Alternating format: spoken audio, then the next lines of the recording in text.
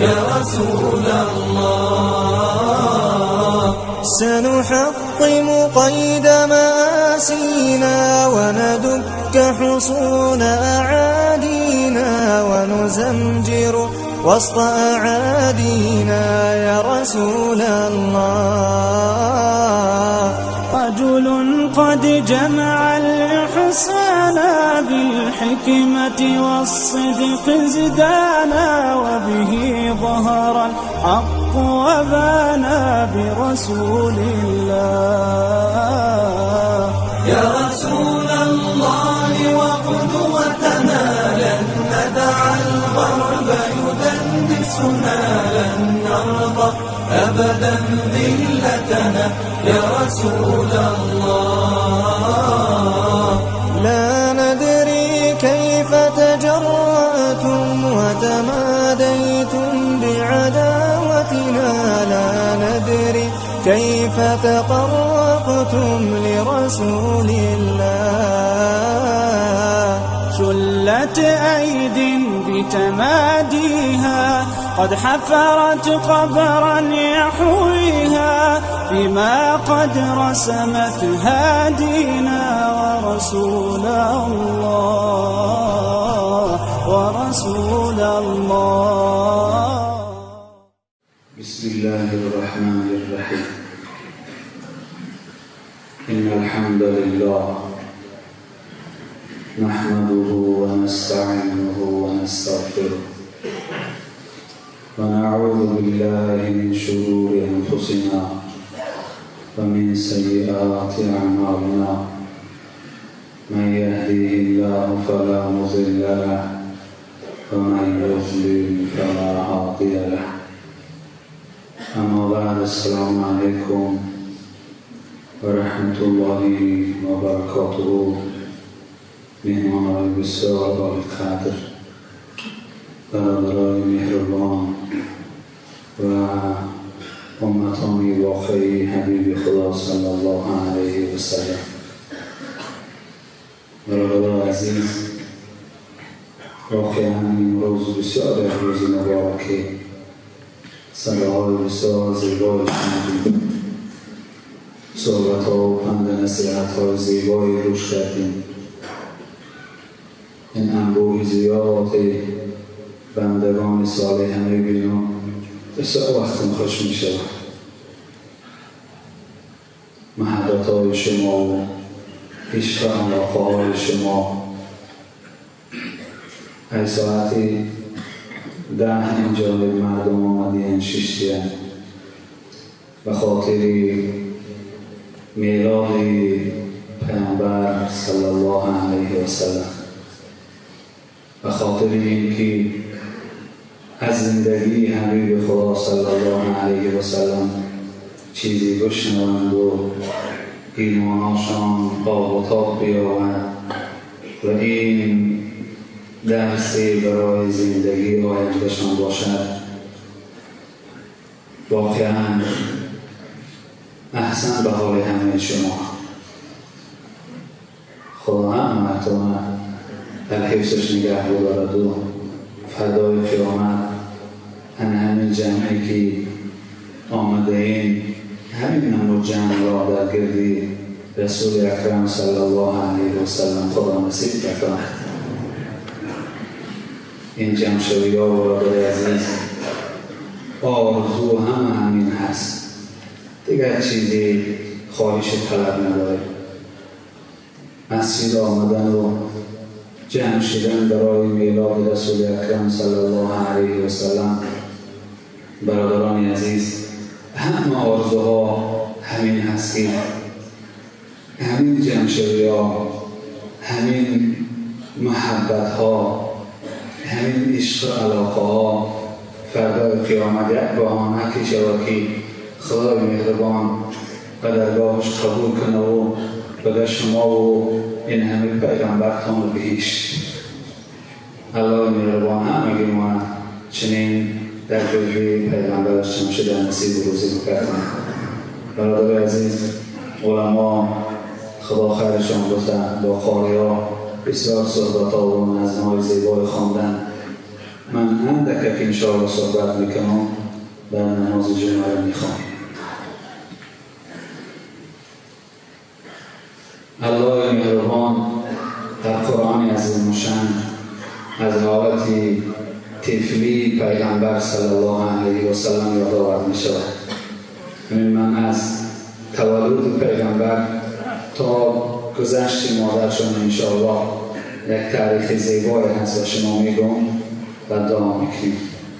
برادر عزیز، علما در کتاباشان درج کردن که هیچ یتیمی اسمی حبیب خدا صلی الله علیه و سلم رنج کشیدگی نیست.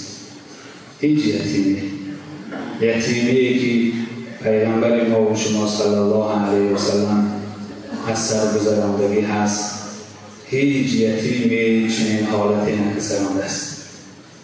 الله مهربان در قرآن عظیم شان بیان میکنه اعوذ بالله من الشیطان الرجیم الم یجدک یتیما فآوی ووجدک ضالا فهدی ووجدک عائلا فأغنی. الله مهربان پیامبر صلی الله علیه و سلم در این 3 آیه حالت را بیان میکنه که حبیب من صلی الله علیه و سلم الم یجدک یتیما فآوی. آیا تو همون یتیمی نیستی که ما تو را سرپرستی نصیب کردیم و تو را از حالت یتیمی عزت و شرف دادیم؟ تو همون یتیم هستی. حالت یتیمی حبیب خدا صلی الله علیه و سلم برادران عزیز چنین است که حبیب خدا صلی الله علیه و سلم پدر دیدگی نیست. عبدالله پدر پیغمبر صلی الله علیه و سلم است. وقتی که حبیب خدا در شکم مادرشان بودن، دیگر برادر عزیز پدروش خاص سفر میکنه به سوی مدینه منوره.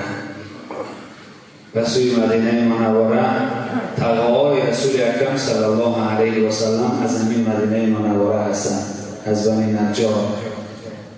آمینه مادرمانم از همین مدینه منوره هست. الله مهربان نقشه‌اش این بود که مادر پیغمبر صلی الله علیه و سلم از این قوم و قبیله و از مدینه منوره باشد، چون که باز گشت پیغمبر صلی الله علیه و سلم به همین مدینه منوره هست. پدر حبیب خدا صلی الله علیه و سلم وقتی سفر میکرد به تجارت، از تجارت برگشت در مدینه منوره خواست تقویای همسرش خبر بگیره، یعنی طرفای خصوصش خبر گیری. حبیب خدا چند روز اینها را خبر، پدر حبیب خدا چند روز اینها را خبر گرفتن و در راه بر آمدن. بیماری تب در آن شب و روز کسل بسیار و از دنیت نمبتر بود. پدر پیغمبر صلی الله علیه و سلم به این کسل فرو شدن و در راه پدر حبیب خدا صلی الله علیه و سلم از دنیا گذشتند، در حالتی که حبیب خدا پدر را ندیده بودند. پیغمبر خدا در شکم مادرشان بودند که پدرشان از دنیا گذشت. در همین جایی که پدرشان گذشته است، همین جا دفنش کردن، قبرش همین جا کردن و آمینه مادر حبیب خدا صلی الله علیه و سلم پیغمبر صلی الله علیه و سلم بی پدر 6 سال تربیت کرد. برادر عزیز، ولی هیچ رنج سخت‌تر از رنج یتیمی نیست. تصور بکنید برادر عزیز که مثلا یکی از ما و شما مثلا پدر نداشته باشید، باز در حالت شیرینی دوستداری مادر هم دست برود. چقدر مقصد و وسیله هست، چقدر رنج است. حبیب خدا صلی الله علیه و سلم به دنیا آمد بی پدر، 6 ساله شدن پیغمبر صلی الله علیه و سلم. مادرش و ایمن یک کنیزی که از پدر پیامبر باقی مانده بود و حبیب خدا صلی الله علیه و سلم 3 نفر در راه مدینه از مکه برآمدند. 500 کیلومتر راه است برادران عزیز و سواری مثل امروزه سوارها نبود، به همون شترها و اسباب.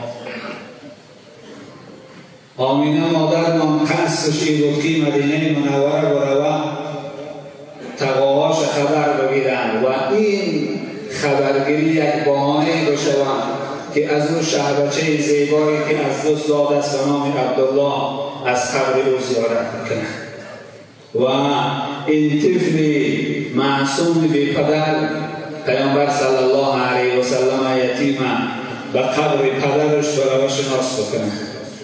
آمینه بود این یتیمی خردسال و پیش قبر پدر پیامبر صلی الله علیه و سلم گذاشتن.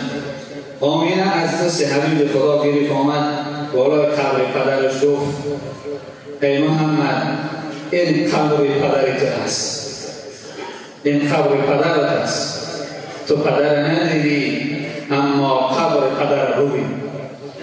حبیب خدا صلی الله علیه و سلم 6 ساله بودن، بالای قبر پدرش گریان شدن. آوای چشمی حبیب خدا صلی الله علیه و سلم رفت. چند لحظه همونجا بالای قبر پدرش حبیب خدا گریه کرد. آمینه مادرمان رضی الله عنها، آمینه با ایمن دست پیغمبر صلی الله علیه و سلم گرفتن. گریان از بالای قبر عبدالله حرکت کردند. چند روز در مدینه منوره در خانه‌های خویش تبارش مهمانی گذراندند. باز به سفر برگشتند و مکه باید می آمدند. مکانی در رسیدن مادر حبیب خدا صلی الله علیه و سلم به همون بیماری که پدر گرفتار شده بود به همون بیماری گرفتار شده. در راه چندین روزه راه بود برادر عزیز، 500 کیلومتر راه، اینم خیلی راه طولانی است. حبیب خدا صلی الله علیه و سلم با مادرش و ایمن 3 نفر در راه می آمدند. ناگهان مادر حبیب خدا بیمارش به درد دچار شد. از بالای همان مرکبش از زمین افتاد. پیامبر صلی الله علیه و سلم آمد آغوش گرفت مادرش. ولی برادر عزیز همین شیرینی مادر هست 6 سالگی. ببین در همه سن و سال فرزند هیچ کاره از مادرش بیشتر دوست نمی‌داره. هیچ چیزی برای او از آغوش مادر شیرین‌تر نیست.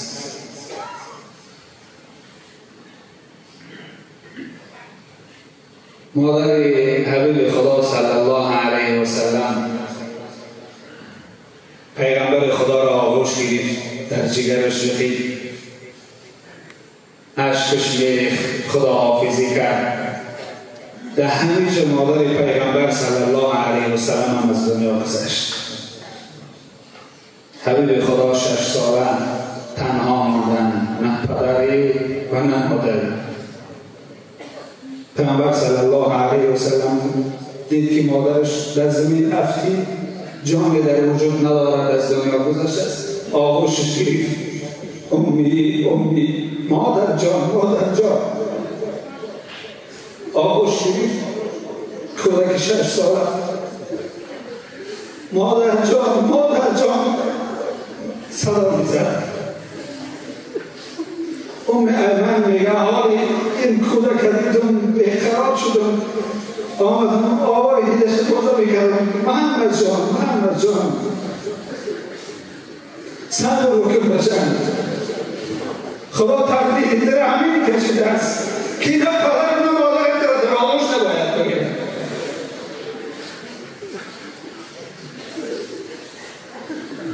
ایمن میگه با حبیب خدا صلی الله علیه و سلم گفتم ای محمد 6 سال است، بیا یک جا قبر مادر تو بکنیم، قبر مادر تو تیار بکنیم.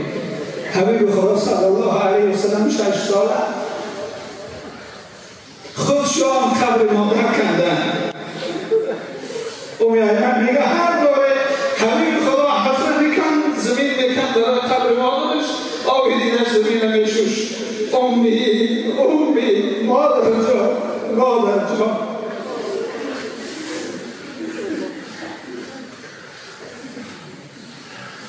با حبیب خدا صلی الله علیه و سلم قبر مادر شکردیم. الان یجدک یتیما فآوی. خدا همینطور بگه ما تو همون یتیمی رفتیم که نه پدر داشتی و نه مادر، خودت مادر تو در خواب گذاشتی. برای 6 ساله بسیار مشکل است برادر عزیز. 6 ساله فرزندک که آغوش مادر باید باشد و آغوش خود میبر مادر داخل گور میمونه، داخل قبر.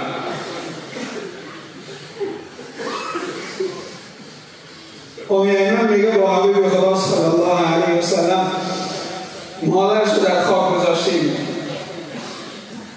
از بالاش خاک کشاندیم، دست این یتیم رو گرفتم به سوی مکه حرکت کردم تا جایی که قبر مادر پیغمبر نمایان بود.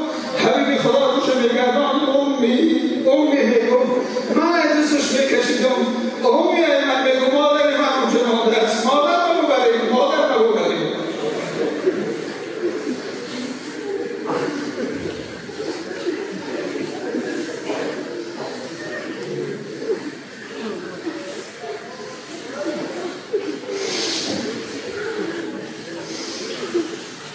مادر من ببرید، مادر من بسابید. پیامبر صلی الله علیه و سلم تقدیر الهی چنین بود، باید رنج میکشید، از خودکی باید رنج میکشید. امی ایمان میگه گرفت و میره بردیم به مکه مکرمه، در خانه باباش رفتیم، خانه خودشون دیگر رفتیم، در خانه عبدالمطلب رفتیم، در کویدیم. عبدالمطلب خودش برآمد، دید که من هستم و پیغمبر صلی الله علیه و سلم. از رسول اکرم میگه پرسان شد این امک، مادر تو؟ حبیب خدا میگه گریان شده. گفتن مات امی، مادر من در راه گذشت. عبدالمطلب فرزند از دست داده بود، باز مادر فرزند از دست داده است. حبیب خدا میگه تو آغوش کرد، انا ابوک انت ایمی گریان شد. گفت من پدر تو هستم، تو پسر من هستی. در آغوش حبیب خدا صلی الله علیه و سلم گرفت و عبدالمطلب گریان شد. او حبیب خدا صلی الله علیه و سلم با آغوش و گریان داخل خانه کرد. حالا برادر عزیز، ما اگر از زندگی رسول اکرم صلی الله علیه و سلم هر نکته رو نگاه بکنیم دیگر قرار رسول نمیتونیم. از زندگی رسول اکرم صلی الله علیه و سلم هر لحظه رو بخوانیم آب چشم ما و شما حرکت میکنه. با وجود همین قرنج، با وجود همین مشکلات ها، حبیب خدا صلی الله علیه و سلم در فتح مکه نگاه مدینه منوره حرکت کردن. برای فتح مکه، در سال فتح مکه آمدن قبر مادر شدیدن. حبیب خدا صلی الله علیه و سلم میشناختن، خودشان دور کرده بودن 6 سالگی ده. آمدن قبر مادرشان زیارت. در حدیث امام مسلم میآید از الله خواستم که خدایا اجازه بده برای مادرم دعای مغفرت کنم. حال ما و شما برادر عزیز در حق پدرهامون دعا بکنیم، در حق مادرهامون دعا بکنیم. اما حبیب خدا صلی الله علیه و سلم گفتن خدایا برای مادرم طلب مغفرت میخواهم. حدیث امام مسلم است. از الله اجازه پرسیدم تا که برای مادرم طلب مغفرت کنم. الله مهربان برام اجازت داد.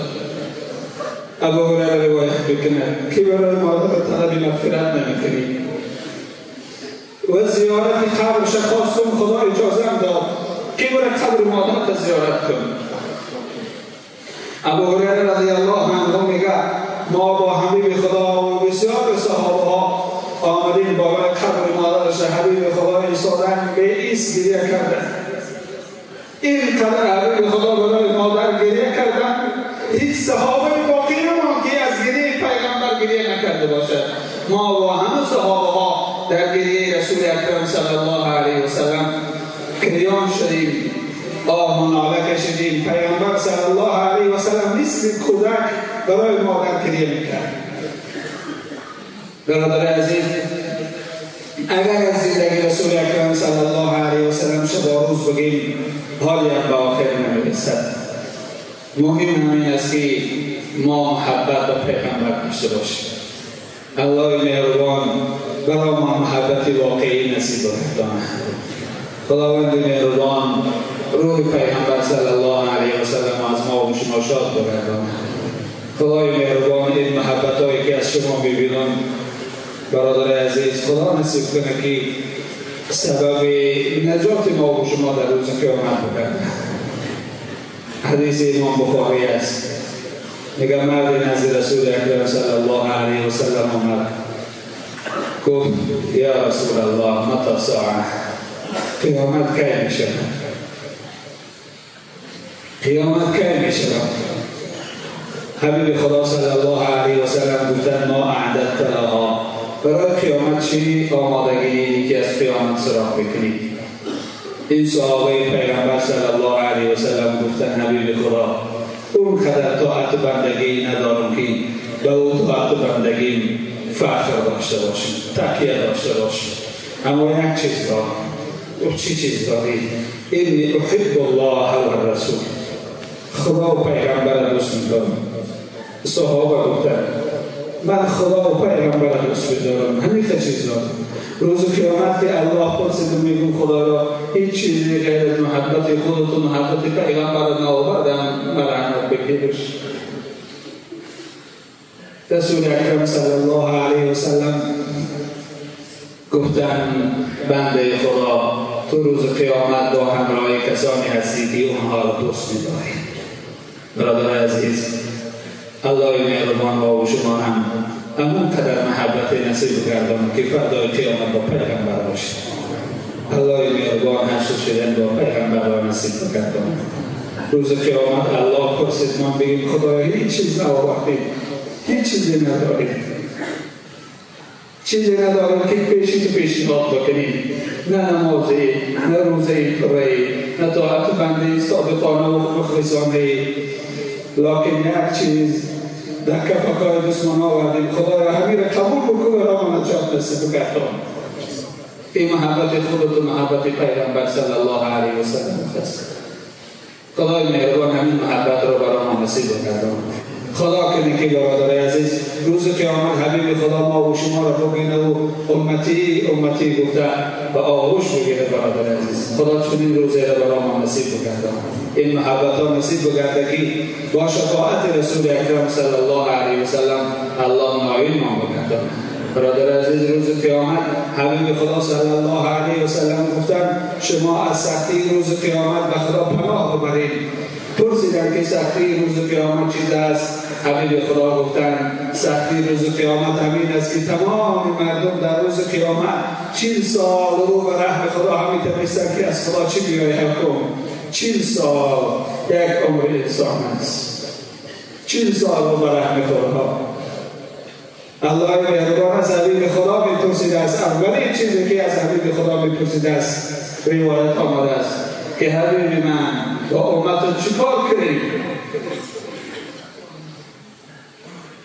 با امت چیکار کنیم؟ حبیب خدا گریان میشده است. پروردگار امتم 40 سال شد رو به رحمت حسابیم. خدایا امتم رنج میکشند. الله مهربان از تو خواهش میکنم حساب و کتاب امت را زودتر بگیر، کارشون آسان بکن. پیامبر صلی الله علیه و سلم چنین حالت داشت یک روز قیامت. در همین دنیا برای ما و شما رنج کشیدن، در روز قیامت برای ما و شما رنج کشیدن. هیچ جای روایتی نآمده است که حبیب خدا صلی الله علیه و سلم برای خودشان گریه کرده باشد. هر جایی که حبیب خدا ناله میکردن امتی و امتی میگفتند. روز قیامت هم حالش همین است برادر عزیز. تا یک امتم داخل دوزخ باقی بمانه حبیب خدا گفتن رضاگی بیان نمیکنه. در همین سوره والضحی حضرت علی کرم الله وجهه روایت میکند که این سوره مبارکه نازل شد. الله مهربان گفت ولسوف یعطیک ربک فترضی، حبیب من به زودی من تو را نعمتی نصیب میکنم که اعلان رضایی میکنی از الله. حضرت علی کرم الله وجهه میگن ناگهان حبیب خدا گریان شده، آوای چشم حبیب خدا بالا شد، دست برداشت و دعا کرد، گفت پروردگار و عزت و جلال تو قسم تا زمان یک امت داخل دوزخ بماند از تو اعلان رضایی نمیکنم. تا زمان یک امت اگر داخل دوزخ باقی ماند من نمیگم که خدایا من راضی هستم. برای امت برادران عزیز، همون روز سختی که گناه ما و شما دیگر به حد کنار است، در همون روزا که هیچ کس از ما و شما دفاع نمی‌کند، همین پیامبر صلی الله علیه و سلم بابا آدم و نفسی میگه، حضرت نوح و نفسی میگه، همه انبیا و نفسی میگن بابا ما به حال خودمان گرفتار هستیم، گریان میشوند. امت میآید پیش پیامبر صلی الله علیه و سلم میگه حبیب خدا حال ما در این قیامت بسیار سخت است، به حال ما رحم کن. از بابا آدم شروع کردیم، همه پیغمبران رو خواهش کردیم شما انبیاء خدا هستید، پیش خدا التماس بکنین از ما بگذره، پیش خدا شفاعت بکنین، هیچ کلامی به عهده نگیرید. حبیب خدا اگر تو را دست بکشی ما هلاک میشیم، تو را خدا پیش خدا ما را شفاعت بکن. حبیب خدا صلی الله علیه و سلم گریان از جا میخیزن، انا هو میگه من هستم همونی که پیش خدا از شما شفاعت میکنم، من هستم پیش خدا از شما آه و ناله میکنم، من هستم پیش خدا از شما دفاع میکنم. خدای مهربان این محبت ها را برادر عزیز سبب شفاعت در روز قیامت برای ما و شما نصیب میکنم. إن الحمد لله نحمده ونستعينه ونستغفره ونعوذ بالله من شرور أنفسنا ومن سيئات أعمالنا، من يهده الله فلا مضل له ومن يضلله فلا هادي له، ونشهد أن لا إله إلا الله وحده لا شريك له، ونشهد أن محمدا عبده ورسوله. السلام عليكم ورحمة الله وبركاته. پدران و برادران بزرگوار، مهمانان خانه خداوند پروردگار، این نماز جمعه ما و شما را و این ذکر صلوات ما و شما را که در بهترین روزی از روزهای هفته گفته می شود و ادا می شود، خداوند به ریا و به اخلاص به درگاهش بپذیرد و دستگیر آخرت ما و شما بگرداند. پیامبر اکرم صلی الله علیه و سلم فرمودند این روز سید الایام است، بهترین روز است که در این روز خداوند حضرت آدم علیه السلام را آفرید و در این روز نیز صور دمیده می شود، در این روز قیامت برپا می شود. در این روز مبارک پیامبر صلی الله علیه و سلم فرمودند شما بر من محمد صلوات فرستادن را بیشتر انجام بدهید، یعنی تلاش بکنید که در روز جمعه بهترین کلام ما، بهترین ذکر ما این صلوات فرستادن و حضرت محمد صلی الله علیه و سلم است. خداوند عظیم و شان در قرآن می‌فرماید اعوذ بالله من الشیطان الرجیم بسم الله الرحمن الرحیم لقد من الله على المؤمنين إذ بعث فيهم رسولا من أنفسهم يتلو عليهم آياته ويزكيهم ويعلمهم الكتاب والحكمة وإن كانوا من قبل لفي ضلال مبين. با وجود این روز مبارک، روز سعید، این ماه هم نیز برای ما و شما انسانیت مسلمان ها خاصتا روز مبارک است، ماه ربیع الاول است، ماه مولد پیامبر اکرم صلی الله علیه و سلم است که خداوند رحمت خودش را برای انسانیت و عنوان آخران پیامبر اکرم صلی الله علیه و سلم فرستادند. خاتم الانبیا این ماه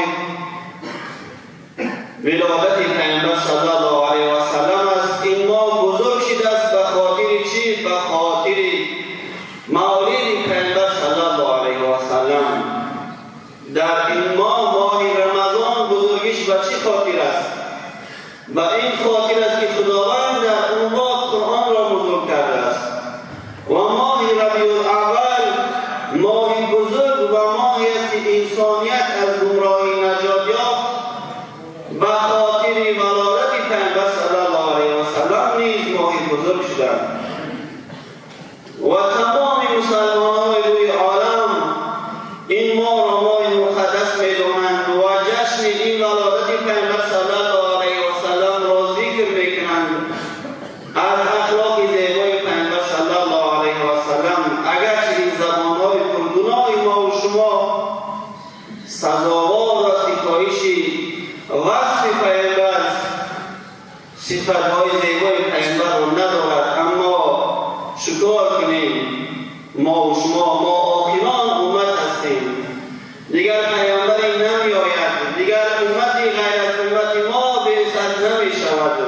ناچار ما با این زبان‌های گناه آلوده خود ذکر و صفت این پیامبر را میگوییم.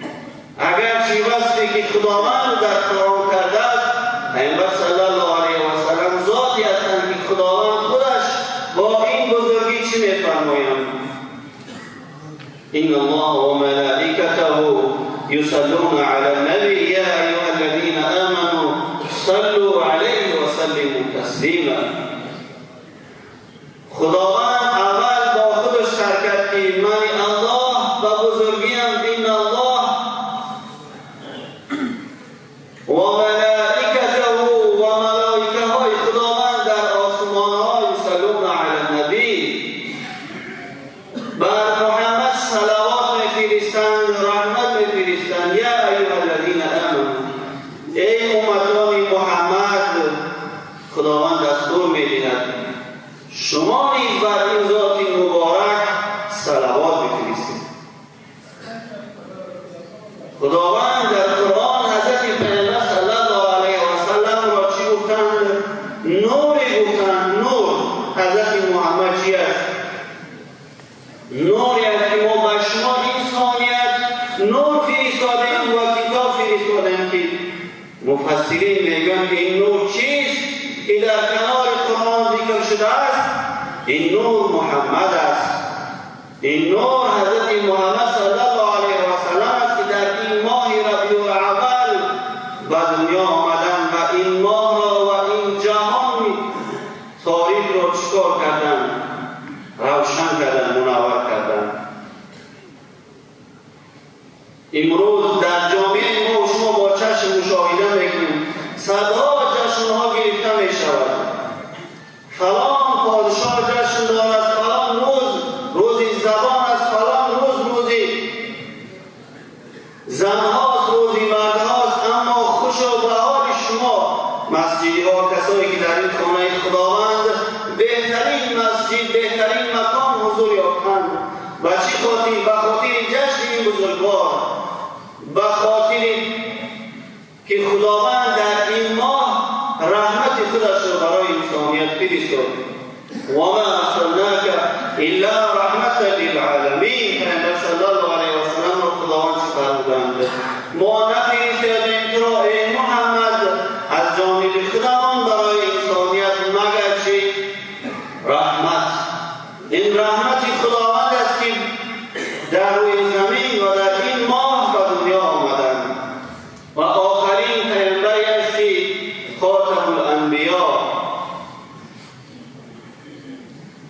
این واقعا سزاوار است که ما پیامبر صلی الله علیه و سلم را نه تنها در ربیع الاول، همچنان که در هر روز 5 بار ذکر آن حضرت در نمازها می شود، 5 بار ذکر آن حضرت صلی الله علیه و سلم در ندای اذان ما و شماست. و به ذکر این محمد ایمان ما و شما کامل نیست. حتی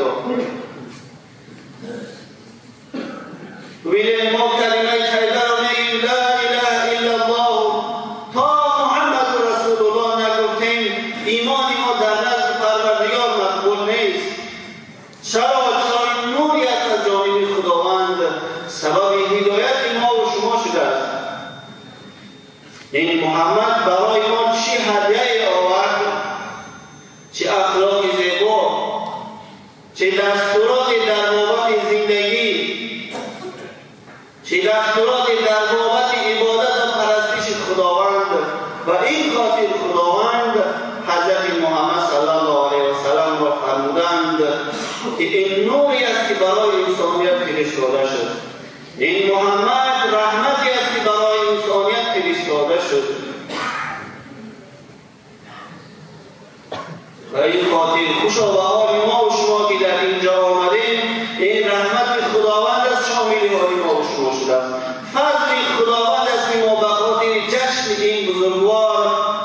شخصیت، این راه بهشت ما و شما کیست؟ محمد صلی الله علیه و سلم است.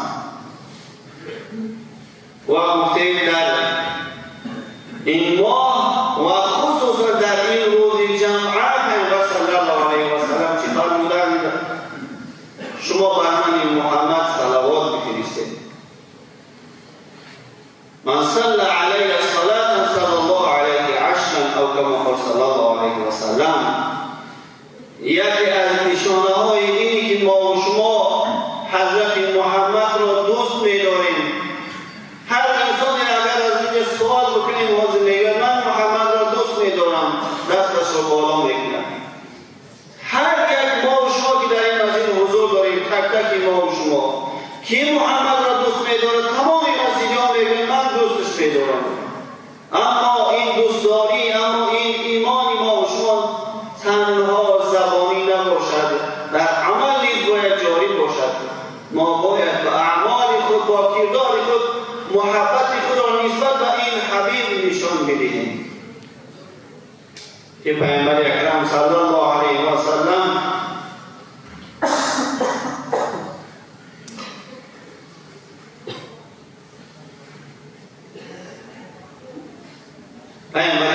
صلی الله علیه و سلم در بابت خودش که چگونه است که انسانیت پیامبر اکرم صلی الله علیه و سلم بعثت شدند حدیثی را می‌فرماید مثال من محمد، فرستاده شدن من محمد برای انسانیت مثال نفری است که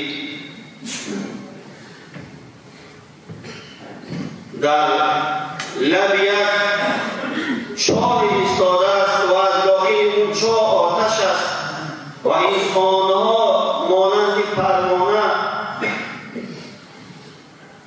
خودشان را داخل این چاه میکنند.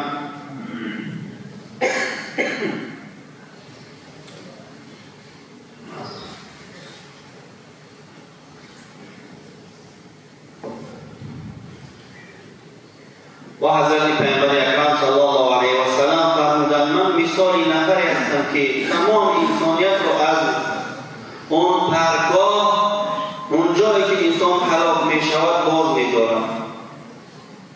و گفتیم خداوند در قرآن فرموده است که چی؟ لقد من الله علی المؤمنین اذ بعث فیهم رسولا من انفسهم.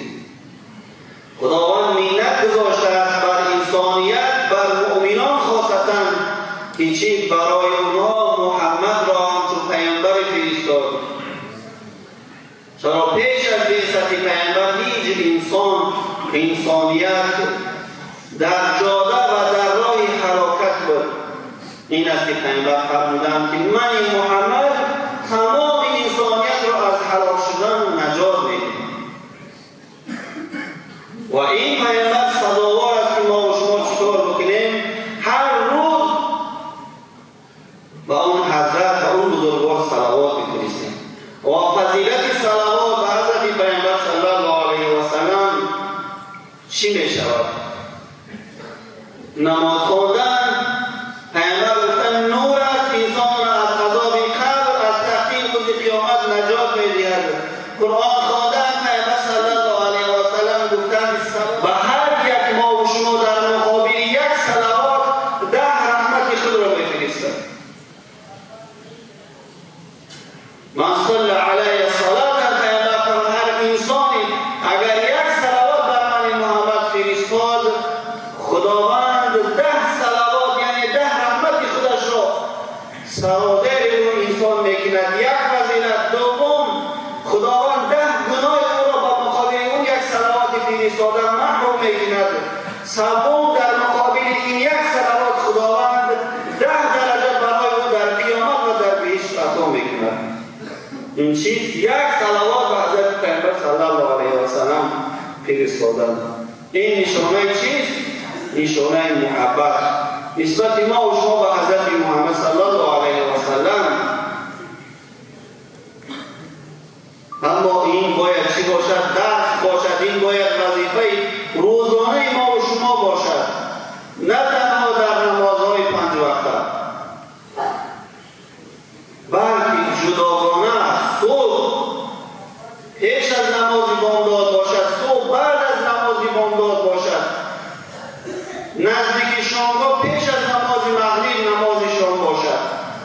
پیش از خواب رفتن نیز حداقل کمترین کاری که بکنیم هر روز به حضرت پیامبر صلی الله علیه و سلم 300 بار صلوات بفرستیم. 100 بار صبح، 100 بار پیش از نماز شام، 100 بار هم پیش از خواب رفتن. چرا؟ گفتیم در مقابل هر صلوات پیامبر فرمودند 10 رحمت سرازیر می شود برای انسان و 10 گناه از نامه اعمالش محو می شود و 10 درجه براش خداوند در بهشت عطا می کند.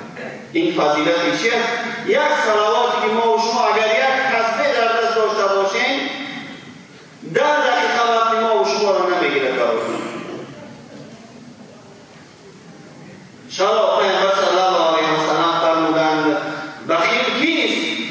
بخیل اون مسجدی است که اون مسلمانی است که اون نمازخوانی است که در نزد او نام محمد صلی الله علیه و سلم گرفته می شود، مولود محمد ذکر می شود، گفته می شود، اما خبری از صلوات فرستادن نیست، هیچ صلواتی بر محمد نمی فرستد. اون انسان بخیل است نسبت به محمد صلی الله علیه و سلم بخل دارد. خدا پناه بدهد که ما و شما روزانه به محمد صلی الله علیه و سلم صلوات نفرستیم. خدا پناه بدهد کوشش بکنیم، تلاش بکنیم که هر روز حداقل کمترین ذکری که محبت ما و شما را نسبت به پیامبر نشان می‌دهد 300 بار صلوات فرستادن آزمایش بکنیم برادران. تنها مسجد آمدن شنیدن کافی نیست. این خوبی است شنیدن سخنان گوهربار محمد صلی الله علیه و سلم، اما محبت خود را باید در عمل نشان بدهیم. چرا؟ در حدیث دیگر پیامبر صلی الله علیه و سلم فرمودند یکی از سبب‌های روز قیامت نجات یافتن انسان‌ها چیست؟ اکثرهم صلاة علیه. هر انسانی اگر بخواهد در روز قیامت از سختی‌های روز قیامت نجات بیابد و به محمد نزدیک باشد، در کنار آن حضرت باشد، پیامبر صلی الله علیه و سلم فرمودند بیشتر بر من محمد صلوات بفرست. نفری نزد آن حضرت آمدند گفتند ای حضرت من یک سوم ذکرهایی که دارم برای شما خاص می‌دهم. استغفرالله میگم، یعنی نماز میخوانم، دیگر ذکرها را میکنم، اما یک قسمتی از اون ذکرهای خودم را برای شما خاصتا نشسته صلوات میفرستم. پیامبر صلی الله علیه و سلم گفت اگر خواستی، یعنی اگر خواستی از این بیشتر بفرستی صلوات برای بهتر است، برای خوب است. او باشد پیامبر نیستی اون ذکرهایی که میکنم فقط مشغول صلوات فرستادن برای شما. اون حضرت فرمودند اگر خواستی گفت از اینم بیشتر بکنی خوشا به حالت. آن صحابه گفتند پیامبر خدا اون در مسجد که نشستم، در هر جا که نشستم تمام ذکرها را فقط به صلوات فرستادن انجام میدهم. پیامبر صلی الله علیه و سلم فرمودند کامیاب شدی، این نجاتی تو هست. یکی از راه‌های نجات یافتن این دستورات پیامبر چی بوده است؟ صلوات فرستادن و آن حضرت کجا برسد که خداوند با اون بزرگیش فرمودند این الله و ملائکته یصلون علی النبی. خداوند خالق ما و شما آمده توصیف اون پیامبر را میکند که خداوند از صلوات میفرستد و ملائکه هایش را دستور داده است، جبرائیل را، میکائیل را، این ملائکه های بزرگتر. ما کجا باشیم؟ وای بر حال اون مسلمانی که چی در ذکر روزانش با محمد صلی الله علیه و سلم صلوات فرستادن نباشد. یک تصویر در دستمان چکار میکنیم؟ ذکر آن پیامبر صلی الله صلوات فرستادن. اللهم صل علی محمد و علی آل محمد کما صلیت علی ابراهیم و علی آل ابراهیم. نفری سؤال کرد که ای حضرت چگونه ما بر شما صلوات بفرستیم؟ پیامبر صلی الله علیه و سلم فرمودند این گونه اللهم صل علی محمد و علی آل محمد كما صليت على ابراهیم و علی آل ابراهیم انك حمید مجید. اگرچه در لفظ حدیث و ازواجه و ذریته آمده است، اما از آن جایی که عالی هم نیست از بعد ذریه پیامبر است و در زبان ما و شما این ذکر نشسته است، چون که هر روز 5 بار این را بیان میکنیم. بهترین روش صلوات چی است؟ همین اللهم صل علی محمد و علی آل محمد كما صليت على ابراهیم و علی آل ابراهیم انك حمید مجید. تا همین جا اللهم بارک نه اللهم صل علی محمد و علی آل محمد كما صليت على ابراهیم و علی آل ابراهیم انك حمید مجید. این دستورات پیامبر است، این تعلیم پیامبر. این گونه بر من صلوات بفرست. و نیز پیامبر صلی الله علیه و سلم فرمودند که نزدیکترین شما روز قیامت بر من محمد، در کنار محمد اون نفری است، اون جوانی است، اون مسجدی است که چی بیشتر و بیشتر صلوات میفرستد. خداوند هر یک ما و شما را از اون حرفایی که از اون آیه ها و احادیثی که در این گفته شد اولا خالصا به درگاهش قبول بگرداند و به هر یک ما و شما توفیق و عمل خالصانه بدهد که بر این ذات بزرگوار صلوات بفرستیم. و آخر دعوانا ان الحمد لله رب العالمین برحمتك یا أعوذ بالله من الشيطان الرجيم بسم الله الرحمن الرحيم الحمد لله وحده والصلاة والسلام على من لا نبي بعده. اما بعد محترم جماعت المسلمین، این مولود مبارک جناب پیغمبر صلی الله علیه و آله و سلم را برای همه شما و برای همه خانواده‌های ما و شما مبارکباد نمودم. از درگاه بیکنار پروردگار عالم امید و آرزوی بندگی داریم که پروردگارا ما بندگانت را، بندگانی حقیقی خودت و امتان حقیقی جناب پیغمبر صلی الله علیه و آله و سلم گردانیده. شفاعت آن حضرت را برای هیئت ما امت پروردگارا با نصیب گردان. نماند به عصیان کسی در گرو که دارد چنین سیدی پیش رو. نماند به زندان دوزخ اسیر کسی را که باشد چنین دستگیر. نماند به عصیان کسی در گرو با گناهی کردگیش در گرو دوزخ باقی نمیماند. ای مسلمان که دارد چنین سیدی پیش رو که چنین پیامبری دارد به مانند حضرت محمد مصطفی صلی الله علیه و آله و سلم. نماند به زندان دوزخ اسیر کسی باقی در یعنی از مسلمانان در زندان دوزخ ابدی باقی نمیماند. کسی را که باشد چنین دستگیر که به مانند جناب پیغمبر صلی الله علیه و آله و سلم شفاعت کننده داشته باشد و درگاه بیقرار پروردگار عالم ما و شما شکرانه میکنیم که خداوند بزرگ چنین یک ذاتی است، رحیم است، رؤوف است، رحمان است پروردگار عالم و این چنین پیامبری فرستاده است حضرت محمد مصطفی صلی الله علیه و آله و سلم. مقام محمود را پروردگار عالم به اون ذات نصیب کرده است و در روز قیامت ما و شما امتان را شفاعت میکند. برادران اهل اسلام، حضرت پیغمبر صلی الله علیه و آله و سلم برای ما و شما امتان بسیار عذاب‌های را تحمل کردند، کشیدند.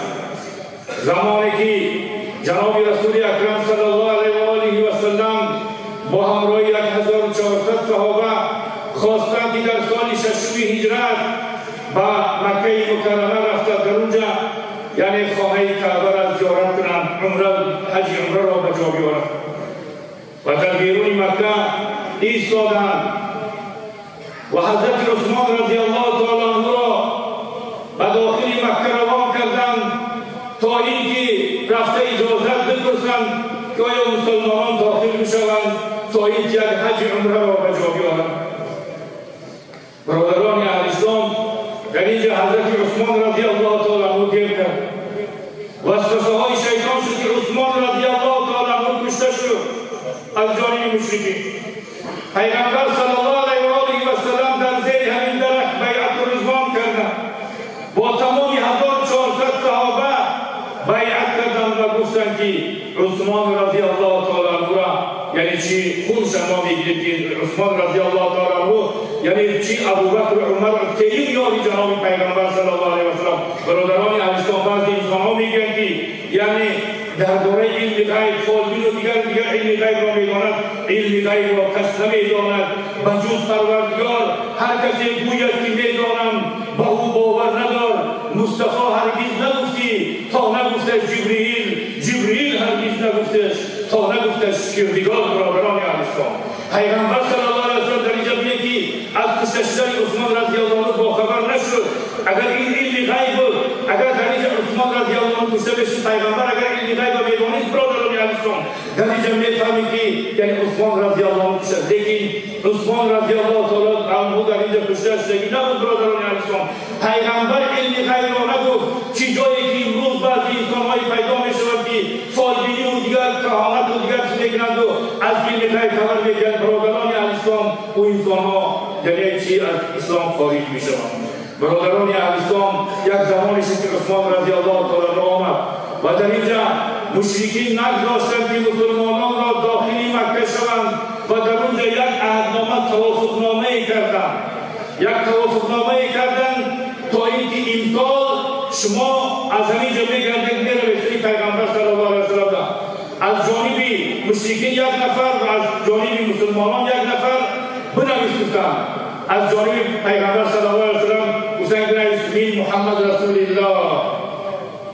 بعد از آن مشرکین گفتند که محمد رسول الله ننویس، ما بر پیغمبری ایران قبول نداریم. نعوذ بالله. برادران اهل اسلام، گفت اگر ما پیغمبری را قبول می‌داشتیم ما هیچ وقت شما را به مکه داخل شدن پیشنهاد نمی‌گرفتیم، نام خودمون پرستش نمی‌شد. برادران اهل اسلام، پیغمبر صلی الله علیه و سلم گفت که بنویس من محمد ابن عبدالله، از محمد پسر عبدالله بنویس. پروردگار عالم در اینجا را احترام کرد. محمد رسول الله، محمد رسول الله است. با وجود یعنی که مشرکین یعنی قائل نیستند بر پیغمبری پیغمبر صلی الله علیه و آله و سلم، پروردگار عالم از بالای هفت آسمان با واسطه جبریل علیه السلام این آیت را روان کرد که محمد رسول الله.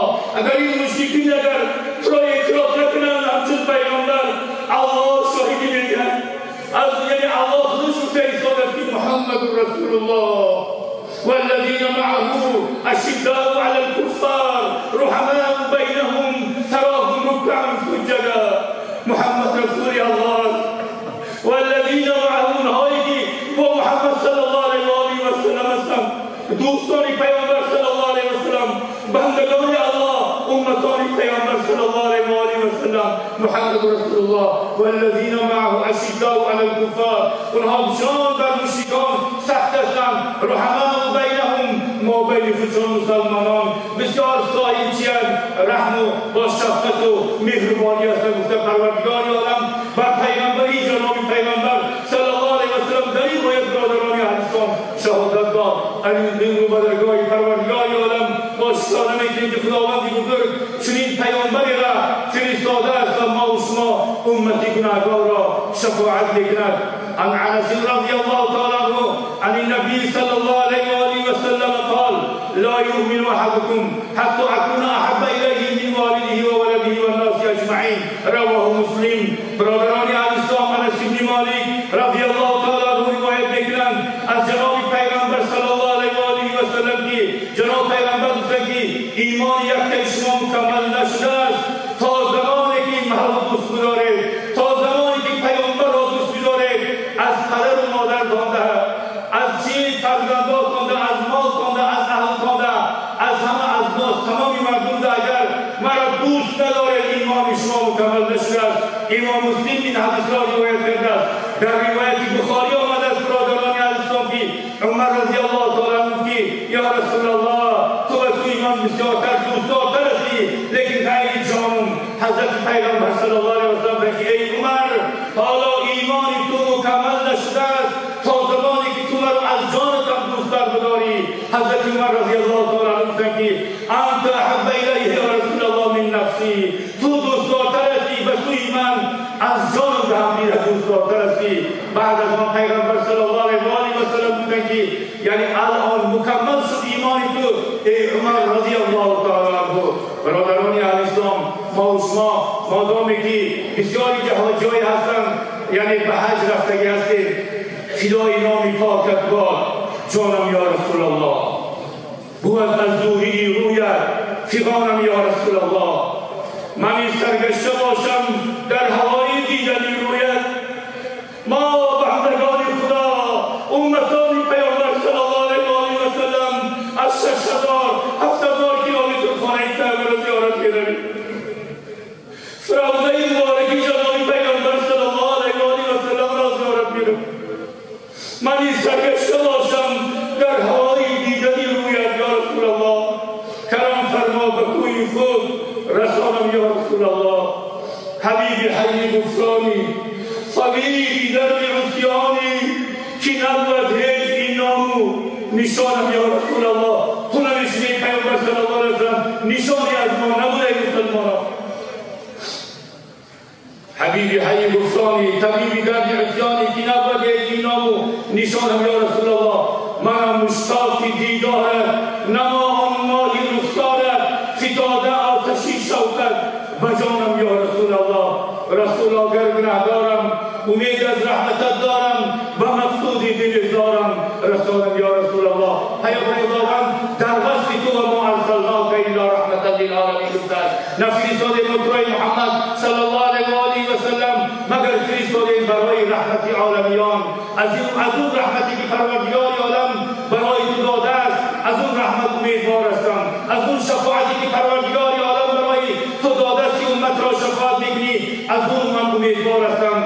یعنی پروردگارا این چرا شفاعت را برای ما نصیب گردان به درگاهی بی‌قرار پروردگار عالم. برادران اهل اسلام در عصر 18 این را یعنی چی میرکمال پنجگیری 300 سال پیش در وصف جناب پیغمبر صلی الله علیه و سلم نوشته بود. برادران زمانی که یکمین مراتبه به حج میرفتیم با افساب رفتیم والله علم سال 96 بود. یعنی اول به مدینه داخل شدیم از دور تقریبا یعنی 10 کیلومتر و 20 کیلومتر یعنی روضه مبارک جناب پیغمبر صلی الله علیه و سلم مسجد جناب پیغمبر صلی الله علیه و سلم راههای بلندی دارد. از اون رو یعنی از اونجا دیده میشود مسجد جشن شما را باور نمیکنید که این مردمی که این مسلمانانی که 70-80 سال یعنی چی امید آرزوی حج بودند. یکمین مراتبه از سال 90 برادران اهل اسلام یعنی 100 نفر از تاجیکستان عزیزی ما و شما به حج رفت. بعد از آن سالی 91 500 نفر بعد استقلالیت برادران اهل اسلام از 1200 نفر از سال 93-94 سر شده تا 2000 این روزها 6000 و زیاده از 6000 فقط در حج فرضی برادران اهل اسلام به سوی مکه مکرمه به حج میروند. این باعث شکرانه است. الله سبحانه و تعالی در قرآن عظیم شان خبر داد که لئن شکرتم لازیدنکم ولئن کفرتم ان عذابی لشدید. هر آینه بندگان من شکرانه این نعمتهای مرا کنند اون نعمتهایم را برای بندگانم زیاده میگردانم و هر وقتی که بندگان من ناشکری نعمتهای مرا کردند عذابی من سخت است. دیگر حضرت مولوی میگه که شکری نعمتت افزون کند ورنگویی از کفت بیرون کند. شکرانه نعمتهای پروردگار عالم را مادامی که بنده میکند اون نعمتش را الله برای بنده زیاده میکند. مادامی که بنده شکرانه نعمتهای الله را نکرد از کسی دستش را میبرد لیکن از دست بنده هیچی نمیآید. از این رو برادران اسلام ما و شما به این تینجی به این آسایشتگی به این صلح و امنیت واقعی که در تاجیکستان عزیزی ما پایدار است برادران اسلام شکرانه داشته باشیم. چند ماه پیش بود که یک دو مهمان از مکه مکرمه آمد یک جای نشستیم و اون مردمانی چی گفتن مردمای افغان تبار از افغانستان وقتی یعنی انقلاب سال 78 با پاکستان از اونجا به مکه و مدینه هجرت کردگی هستند. با اون نفران نشستیم. اون نفران چی گفتن ای مسلمانان ای مردم تاجیکستان عزیز، این تاجیکستان هم دوستان وطن باباهای ما است. باباهای ما دوستان از سالهای 20 و 30 تا 37 و 38 تا سالهای 40 از تاجیکستان به افغانستان سفر کردند. از اونجا بعد انقلاب یعنی افغانستان به چین، مکه و مدینه سفر کردند. ای مردم به قدر این تینجی برسید که مردم ما را نصیحت میکردند. مردم افغانستان از سال 1978 از 27 اپریل از اون انقلاب شروع شدن تا این روز 40 سال است، 41 سال است امید آرزوی الان که تینجی را میکنند. لیکن برادران اسلام این تینجی را پروردگار عالم برای اون مردم یعنی چی مهیا نشده است. اون برادر چی برای ما؟ برای برادران گفتن که شما هر روز 2 رکعت 4 رکعت 6 رکعت نماز نفل نماز زیادی بخوانید، در حق دولتتان دعا کنید، در حق یعنی چی جناب عالی در حق یعنی راهبری دولتتان دعا کنید که چنین آدمی صلح‌ها و برای مردم قدر خدمت‌های بزرگ کردند.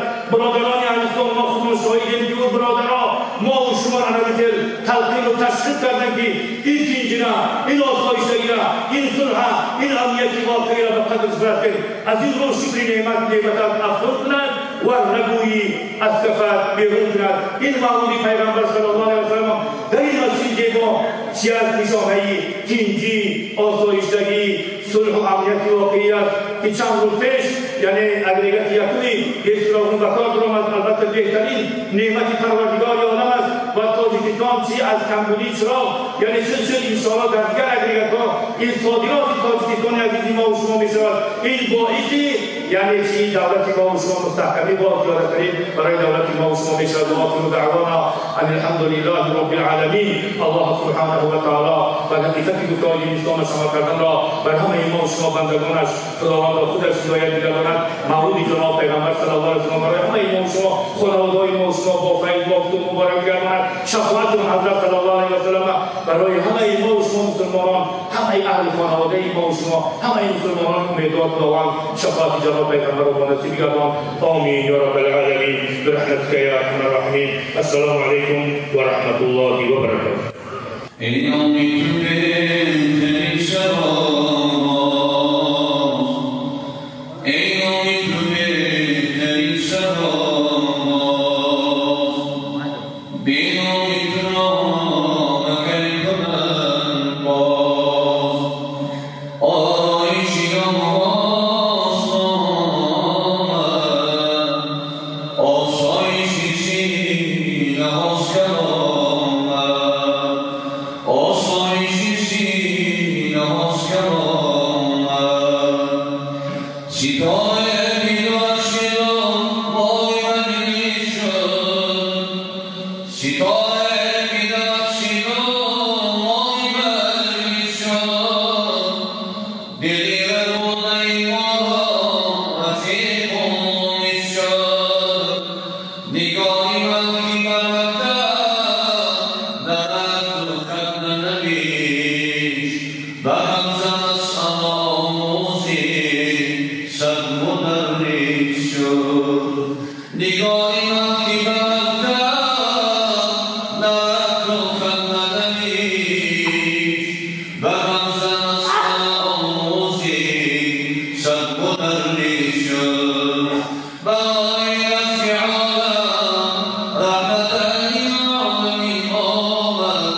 شمولی بمری خورشید تام بر زمین آمد.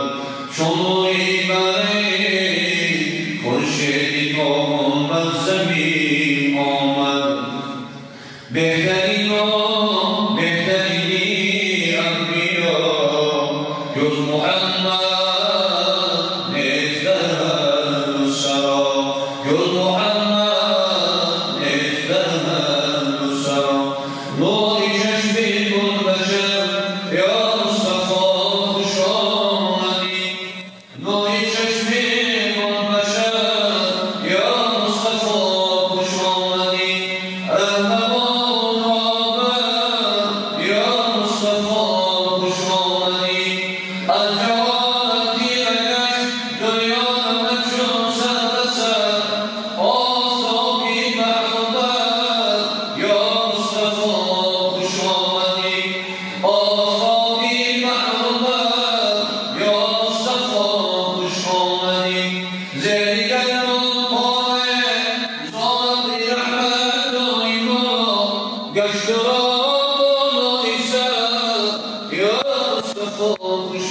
آمدی گشتم آبایسر یا مصطفی خوش آمدی در جوانی شجاع کردی پاکت یا رسول با مایی در سفر یا مصطفی خوش آمدی با مایی در سفر یا مصطفی خوش آمدی در حیات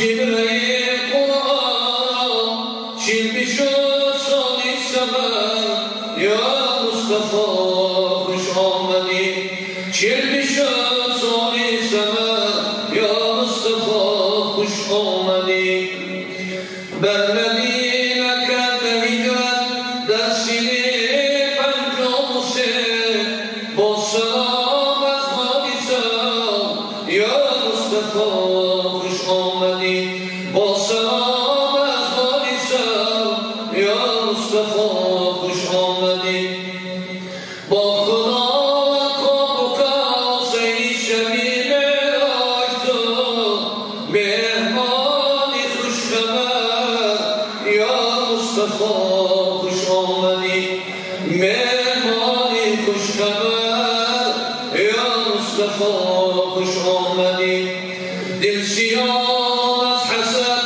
هر تاخت خواهم در رمد حیران با چشمی تر یا مصطفى خوش آمدی از هزار معجزه پیغمبری بر جاهیان در سما شمس القمر یا مصطفى خوش آمدی در سما شمس القمر یا مصطفى خوش آمدی فتح گردی زادگان کعبت و نور زمزمان صاحبی فتح و زفر یا مصطفى خوش آمدی صاحبی فتح و زفر یا مصطفى خوش آمدی مولودت بادم و مورد ای شفیع امتان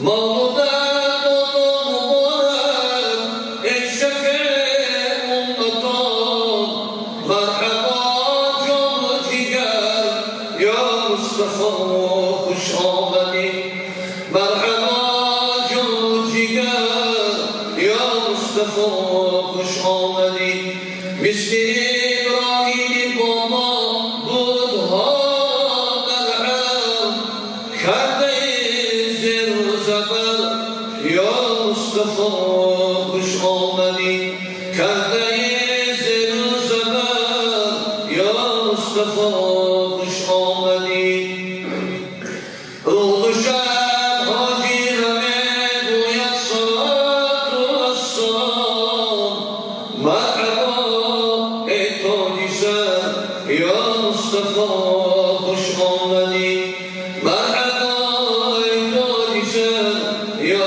مصطفى خوش آمدی قربانی یسوع آمد یا مصطفى محمد جانم فدای آمد یا مصطفى محمد جانم فدای آمد یا مصطفى محمد پیغمبری خدای تفسیر انبیای محبوبی بلای یا مصطفى محمد محبوبی بلای یا مصطفى محمد از بری دوست تخلیقی از افنان اظهاری نامی آنباد یا مصطفى محمد اظهاری نامی آنباد یا مصطفى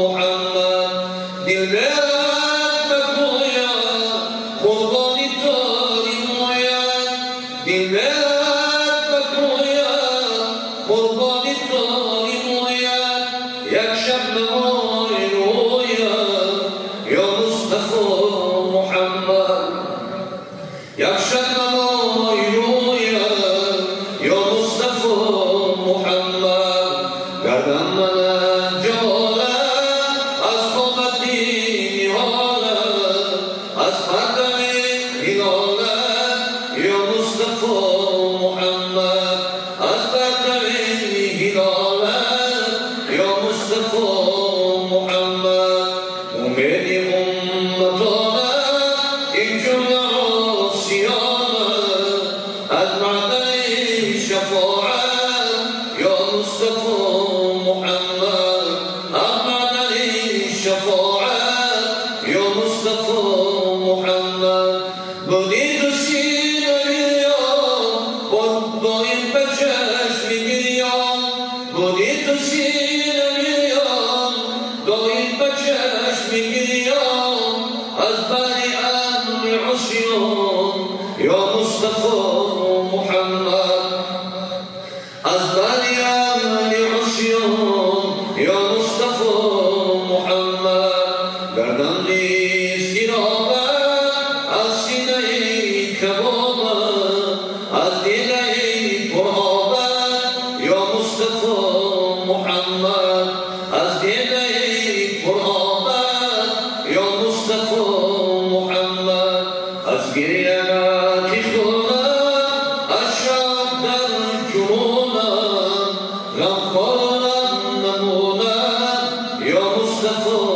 محمد غمخوارم نمونم یا مصطفی محمد کی بود یارم پیرودن یسرب بطحا کنم کی بود یارم پیرودن یسرب بطحا کنم گه به مکه منزل و گه در مدینه جا کنم گه به مکه منزل و گه در مدینه جا کنم بر دری بام و سلام آیم بگریم زار زار گه به بام جبرئیل شوق و اینا کنم گه به بام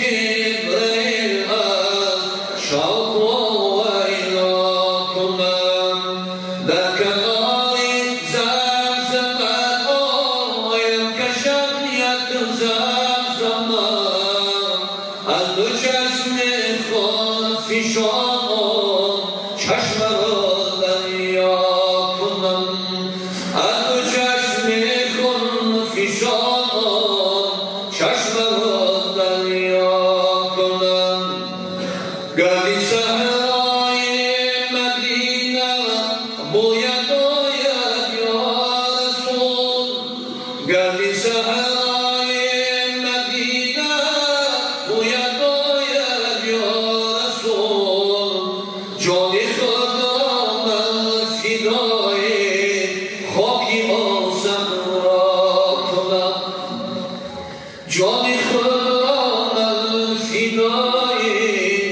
خاکی صحرا کنم یا رسول الله دو چشمم ز انتظارت شد سفید یا رسول الله دو چشمم ز انتظارت شد سفید خاکی علینا بیده تو دیده را بینا کنم خاکی علینا بیده تو دیده را بینا کنم آرزوی جنت المأوی دل کردم برون جنتم آن بیتی در خواب کی رهد مأوا کنم جنتم آن بیتی در خواب کی رهد مأوا کنم مردم شوق تو مغرورم اگر یک لحظه مردم شوق تو مغرورم اگر یک لحظه جمعی آشن ما میشم تو را انشا کنم جامی آشد نام شوق تو را انشا کنم از رنگ روزگار چی منانی ای حزین از رنگ روزگار چی منانی ای حزین که اینجا فرح ندید جمیل محمدی که اینجا فرح ندید جمیل محمدی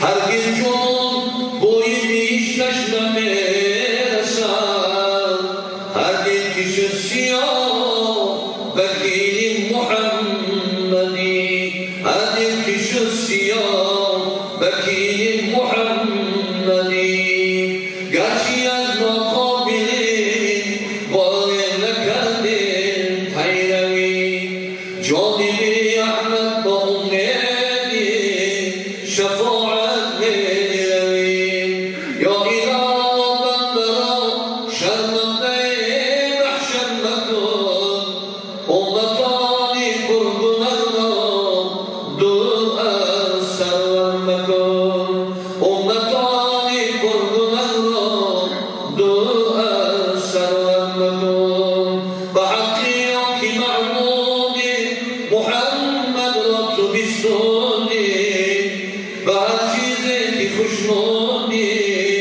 در آن دار یا الله به هر چیزی که خوشنودی در آن دار یا الله اللهم صل على محمد وعلى آل محمد كما صليت على إبراهيم وعلى آل إبراهيم إنك حميد مجيد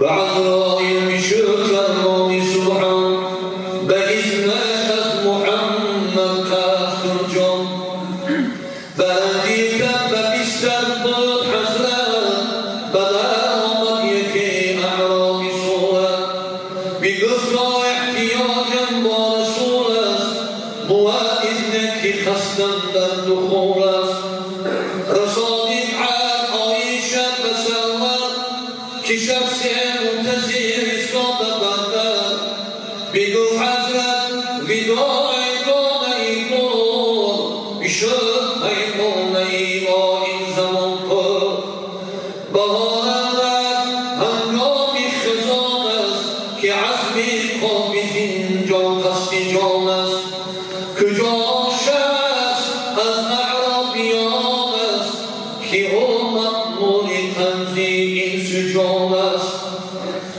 دهدش اذن تا پیشم درآید رضا در قسمتم چیز سراید چون این گفتد با وحیش منتظر شد بناگه جبرائیلش دلپذیر شد بیامد جبرائیل با امر سبحان به نقد احمدی ختمی رسولا بگفت حضرت بسر کرده اشاره شعار نیز مولایم بشاره بگفت آبا بفردوسی کشاده به دستی حور غلمان جان نهاده به تشریف همه در انتظاری درود گوید مرد رحمت نمایی بگو حضرت بسوی پاکیدن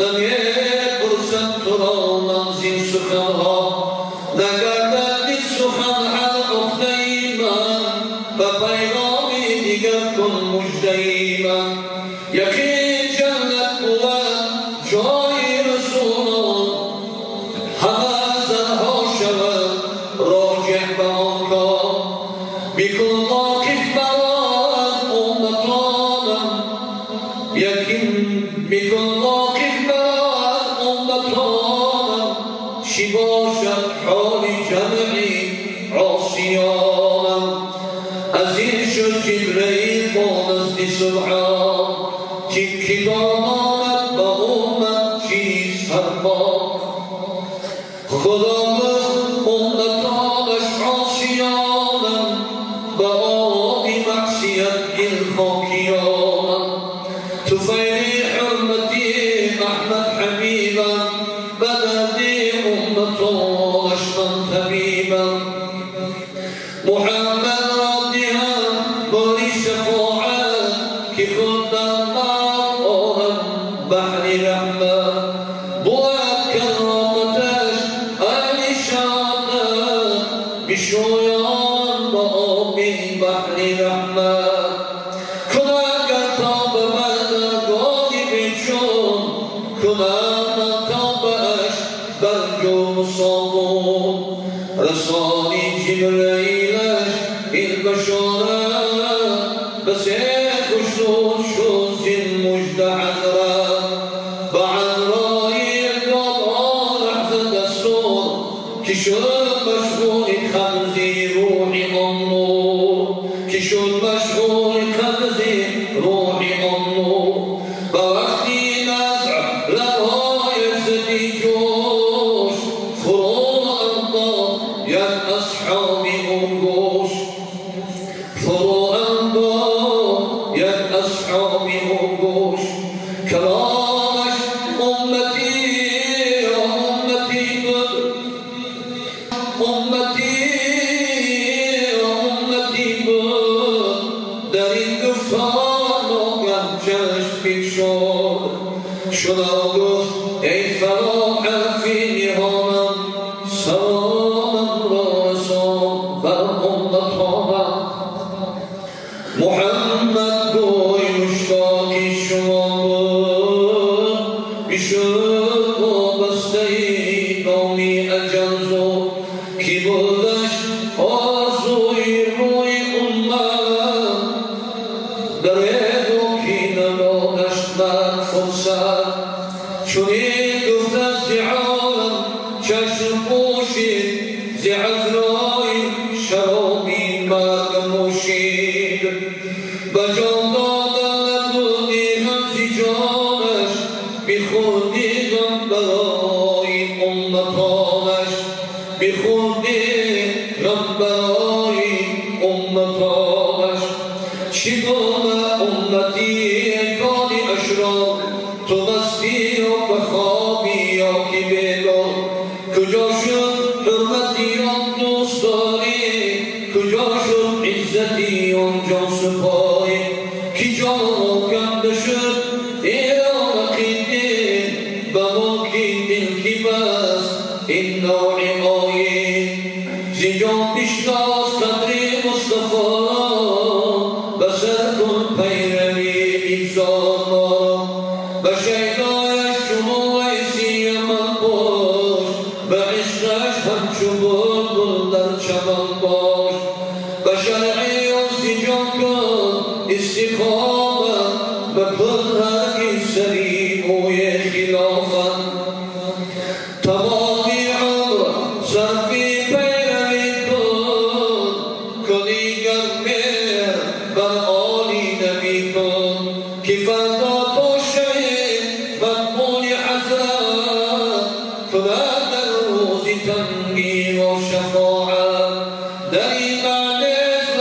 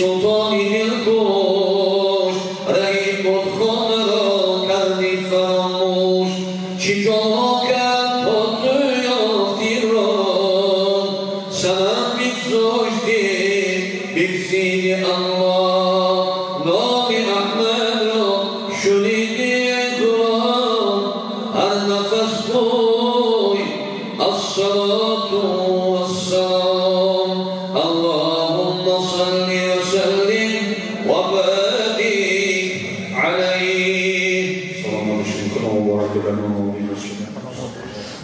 سلام ماشاءالله بهترین حکای خارج ویدالله که ما شما را خیلی خیلی صحبت های جالب و عطیرهای برکت می‌کنیم. الله میگه ما شما باشه که خیلی ما و شما را ایمانهای ما و شما واقعا با وقت و آبوتاب کرده در وصف پیغمبر خدا که واقعا حبیب خدا صلی الله علیه و سلم زیبنده است، ارزنده است که اگر ما و شما در اطراف اخلاق رسول اکرم صلی الله علیه و سلم صحبت بکنیم، در اطراف وصف او اگر شب و روز ما و شما صحبت بکنیم، واقعا کمی در کم است. سعدی بزرگوار میگه وصف او خیلاقی علم ناکس است، واصف او خالقی یکتا بس است. انبیا در کنه او حیران شدند، سرشناسان نیز سرگردان شدند. ببینید که حضرت سعدی بزرگوار میگن که ما خواستیم که وصف پیغمبر خدا صلی الله علیه و سلم را نویسجات بگردانیم، در تعریف بگذاریم.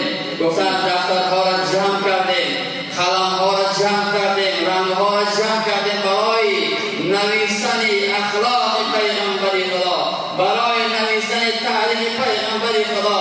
گفتن رنگها تمام شد، قلمها تمام شد، حالی ما در اولی وصف پیغمبر خدا صلی الله علیه و سلم مانده‌ایم. گفتن مانده‌ایم، عاجز مانده‌ایم برای وصف حبیب خدا صلی الله علیه و سلم است. و همون ذاتی است که الله مهربان در سوره نون اعوذ بالله من الشیطان الرجیم که وصف پیغمبر خدا را کردن و انک لعلی خلق عظیم. ای محمد صلی الله علیه و سلم، اخلاق تو، رفتار تو، کردار تو قرآن است. واقعا برادران عزیز، اخلاق پیغمبر قرآن است، رفتار پیغمبر خدا قرآن است. از حضرت عایشه مادرمان پرسان کردند از اخلاق پیغمبر خدا، گفتند اخلاق پیغمبر خدا چگونه اخلاق است؟ حضرت عایشه مادرمان گفتند که بخواهید که اخلاق پیغمبر خدا را بیاموزید، اخلاقش قرآن است، رفتارش قرآن است، کردارش قرآن است. واقعا دارد که ببینید که در زمانی که پیغمبر خدا در مدینه حالی کیسه از اخلاق پیغمبر خدا را یادآور شدید، نگاه در زمان پیغمبر خدا در مدینه حبیب خدا نگاه کردن که یک زن یهودی، یک مادر از مادر یهودی بود، در دست یک سنگه یک باره در راه حرکت میکرد، راه میرفت. حبیب خدا صلی الله علیه و سلم نگاه کردن که این مادر در دست یک سکه وزین حرکت میکرد، اخلاقش که قرآن بود، چیکار کرد؟ نزد مادر رفت، گفت مادر ای در دستی سنگه داری، با ما بودیم من تو را کمک میکنم. حال اخلاق پیغمبر خدا را ببینیم برادران عزیز. این مادر حیران شد که در مردم عرب این گونه اخلاق نبود، این گونه رفتار نبود. سلکه این مادر حبیب خدا صلی الله علیه و سلم گرفت تا نزد خانه‌اش برد. وقتی که در نزد خانه‌اش که میرسید، سوکه این مادری که مادر یهودی بود سوکه را گذاشت در نزدش. این مادر گفت که جوانی عزیز، خوش به حالت که من تو کمک کردی تا اینجا آوردی، اما من پول ندارم، پیسه ندارم که در عوض این کار را عطا بکنم. بعدا گفت که در عوض همین که من باید را پیسه بکنم، در عوض کمک چند نصیحت بکنم، دیره در همین عوض همین کمک قبول بکنم. جوانی عزیز، حبیب خدا گفت مادر گوش بکنم، چه نصیحت بکنید؟ گفت که جوانی عزیز، نصیحت من همین که هوشیار باش که در این مدینه یک جوانی برآمده است به نام محمد الصاهر است. دیگر است. او همه را در دل خودش تشویق تعریف میکنه. مبادا فریفته اون نقاطی که در دل او داخل نشوید. حبیب خدا گفتن مادر اگر تو بدانی که او همون جوان این گونه اخلاق، این گونه رفتار، این گونه کردار داشته باشد تو با او چی معامله میکنی؟ این مادر خاموش شد، حیران شد. حبیب خدا گفتن مادر همون جوانی که دلگیری محمد ساحر جا دیگر همون جوان من هستم. این مادر دیگر سرچشمه قبل گریست. گریه میکرد که من چی بلا رسید که این جوان اخلاق بهتر داشت است، رفتار کردار داشت، رفتار خوب داشت. من چی رسید که با این جوان در میوان کمکش این گونه اخلاق این گونه نصیحت کردم. گفت جوانی عزیز من ببخش، اما من میخوام که در نیت داخل بشم. چه کار بکنم؟ حبیب خدا صلی الله علیه وسلم گفتن که بگو که لا اله الا الله محمد رسول الله. این مادر مسلمان شد. الحمدلله. باشی با اخلاق رسول اکرم صلی الله علیه وسلم، با رفتار حبیب خدا اسلام و این به دست ما و شما رسید. و این خاطر واقعا ما و شما شب و روز باید که در اخلاق رسول اکرم حتی اکل باید فرزندان را درگیر دستگاه که نشستیم بگیم بچه جان ما پیغمبر داره که این ماه مولود پیغمبر خدا است، در این ماه به دنیا آمده است، نامش محمد است. بچه جان او را در آسمان احمد میگن، بچه جان او را در جنت محمود میگن. باید فرزندان ما تربیت بکنیم. خب برادران عزیز اینجا وقتی بسیار نمیگیریم این روزی است که تمام علماء و قاری‌ها و بزرگا و برای ما و شما در اینجا نشستن، هر که در نوبت خود چند لحظه که باشه صحبت میکنن، ما و شما گوش میکنیم. از شما خواهش میکنم که اینجا قاری وقت قرائت میکنن در بحث پیغمبر خدا یا در بحث قرآن یا در اخلاق پیغمبر خدا یا علما، از شما خواهش میکنم که صدای هر انسانی که واقعا با گوش کردن این گونه سخنها دل انسان نرم میشود، از چشمش اشک میریزد که واقعا هست، اما خواهش میکنم که به صدا تلفن‌ها را خاموش بکنیم، در حالت باید دیگر خلل نرسانیم. الان انشاءالله در اینجا حقی مولایی محمود در اینجا حضور دارم، چند لحظه که با شما را صحبت میکنن، من نصیحت میکنم، ما گوش بکنیم. واقعا باز میگم که ما از اینجا آمدیم به خاطر چی؟ به خاطر گوش کردن رفتن نه. باید ما گوش بکنیم از این محفل، از این مجلس مانند یک دستگل به خانه هامون گرفته ببریم، با خانه ها کودک‌ها و زن و فرزندان ها بگیم که این گونه محفل گذشت، این گونه سخن‌های خوب شد، با آنها برسانیم.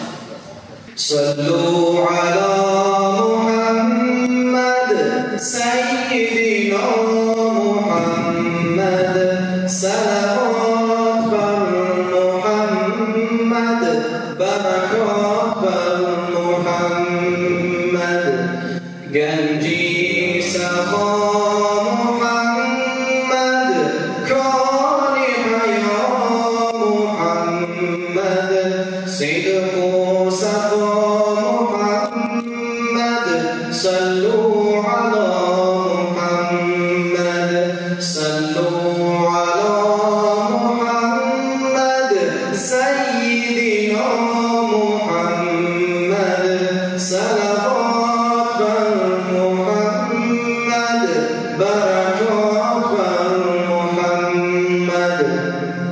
ما مصطفی ندیدیم، نام خوشش شنیدیم،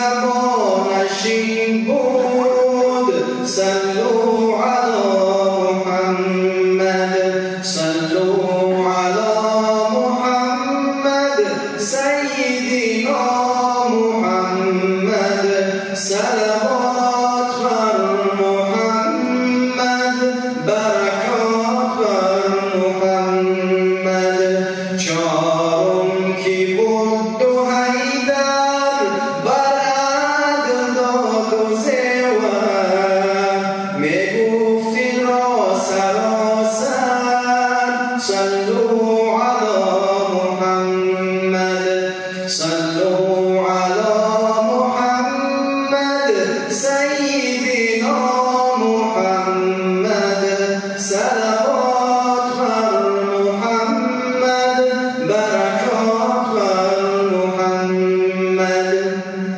خال دعای سید گوی دعای سید جان فدای سید صلوا علی محمد خال دعای سید گوی دعای سید جان فدای سید صلوا علی محمد صلوا علی محمد سیدنا محمد صلوات بر محمد برکات بر محمد شمس الهدى محمد نور الهدى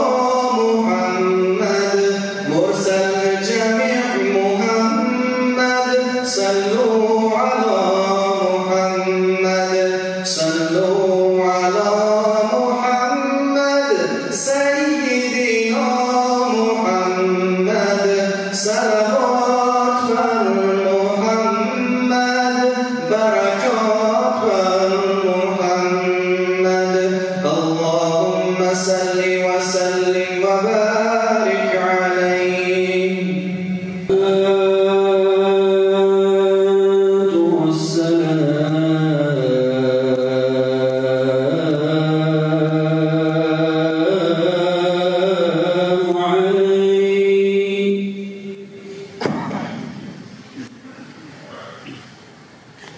عليك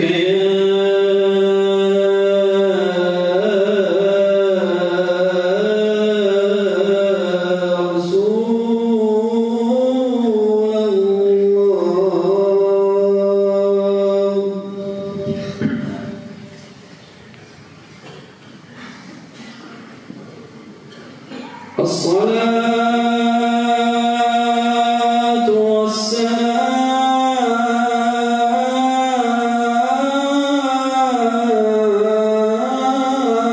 عليك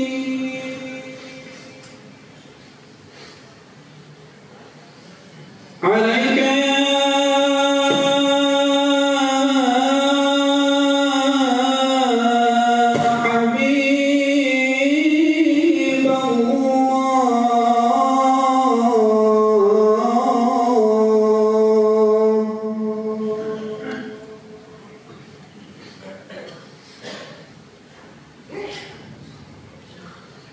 عليك يا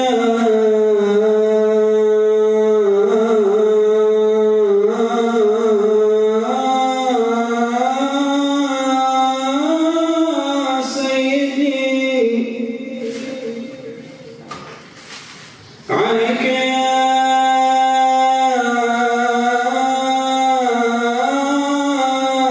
سيدي عليك يا سيد الأولين والآخرين طلع البدر علينا من ثنيات الوداع وجب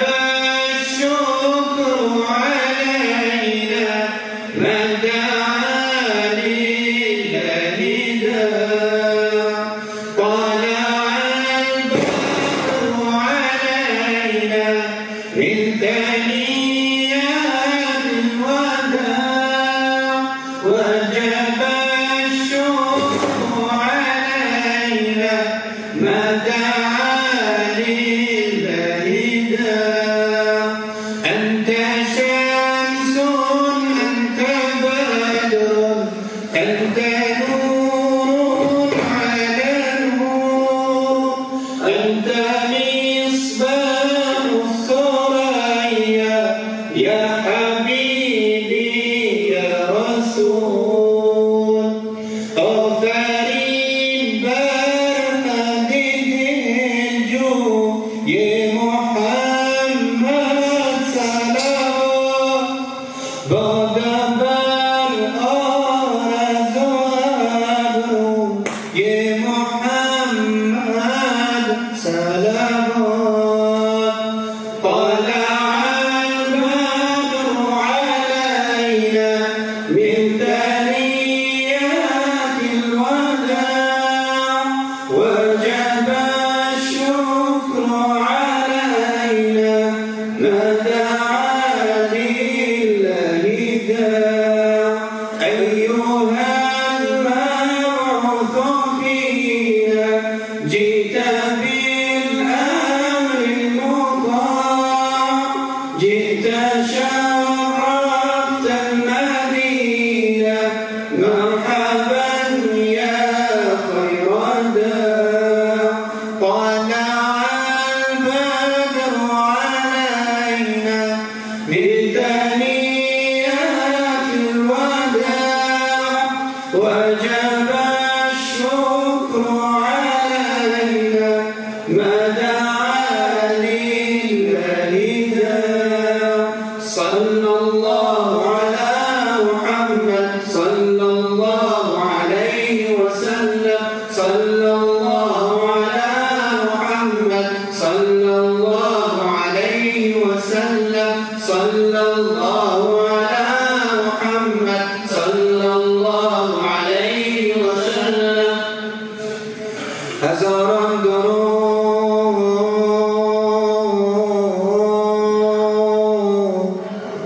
هزاران سلام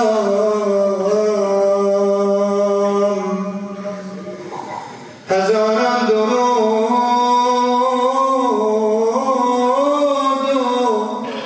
هزاران سلام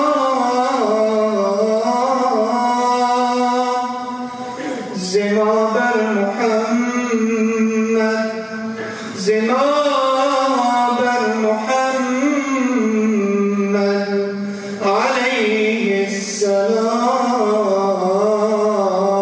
السلام وصلى الله على نوره كذو شد نورها پیدا زمین از خیل او ساکن فلک از عشق او شیدا وصلى الله على نوره كذو شد نورها پیدا زمین از خیل او ساکن فلک از عشق او شیدا از او در هر تن شوقی از او در هر دل ذوقی از او در هر تن شوقی از او در هر دل ذوقی از او در هر زبان ذکری از او در هر سر سودا از او در هر زبان ذکری از او در هر سر سودا منور عالم از رویش معطر خوش بازویش منور عالم از رویش معطر خوش بازویش معنبر هر دو گیسویش دو زلفینش شبیه الدار معنبر هر دو گیسویش دو زلفینش زلفین شبیه الله. اگر نامی محمد را نیاوردی شفیع آن دم، اگر نامی محمد را نیاوردی شفیع آن دم، نه آدم یافتی توبه نه نوح از غرق نجینا، نه آدم یافتی توبه نه نوح از غرق نجینا، نه ایوب از بلا راحت نه یوسف حرمت و حشمت، نه ایوب از بلا راحت نه یوسف حرمت و حشمت، نه عیسی را مسیح آمد نه موسی را یدی بیضا، نه عیسی را مسیح آمد نه موسی را یدی بیضا، دو چشمی نرگسی نشا کی مزغم بسر خانم، دو چشمی نرگسی نشا کی مزغم بسر خانم، دو زلفی عنبری نشا کی واللیل اذا یغشی، دو زلفی عنبری نشا کی واللیل اذا یغشی، زی سر سین اشجامی الم نشرح لک بالخال، زی سر سین اشجامی الم نشرح لک بالخال، زی معراجش خبر خواهی فسبحان الذي أسرى، زی معراجش خبر خواهی فسبحان الذي أسرى.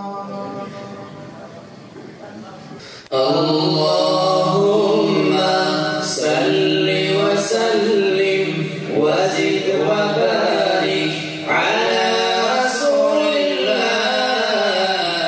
وآله الأطهار، على رسول الله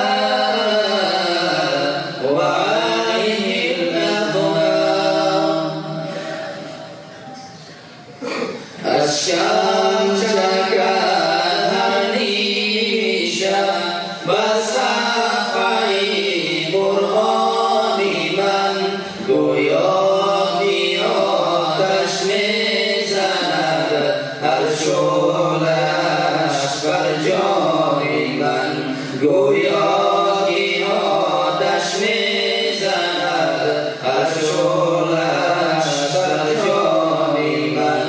قرآن گو دریاسی دریای ناپیداسی، تو جان گو دریاسی دریای ناپیداسی، تو جاویدان برجاسی هر آیش برهان من، تو جاویدان برجاسی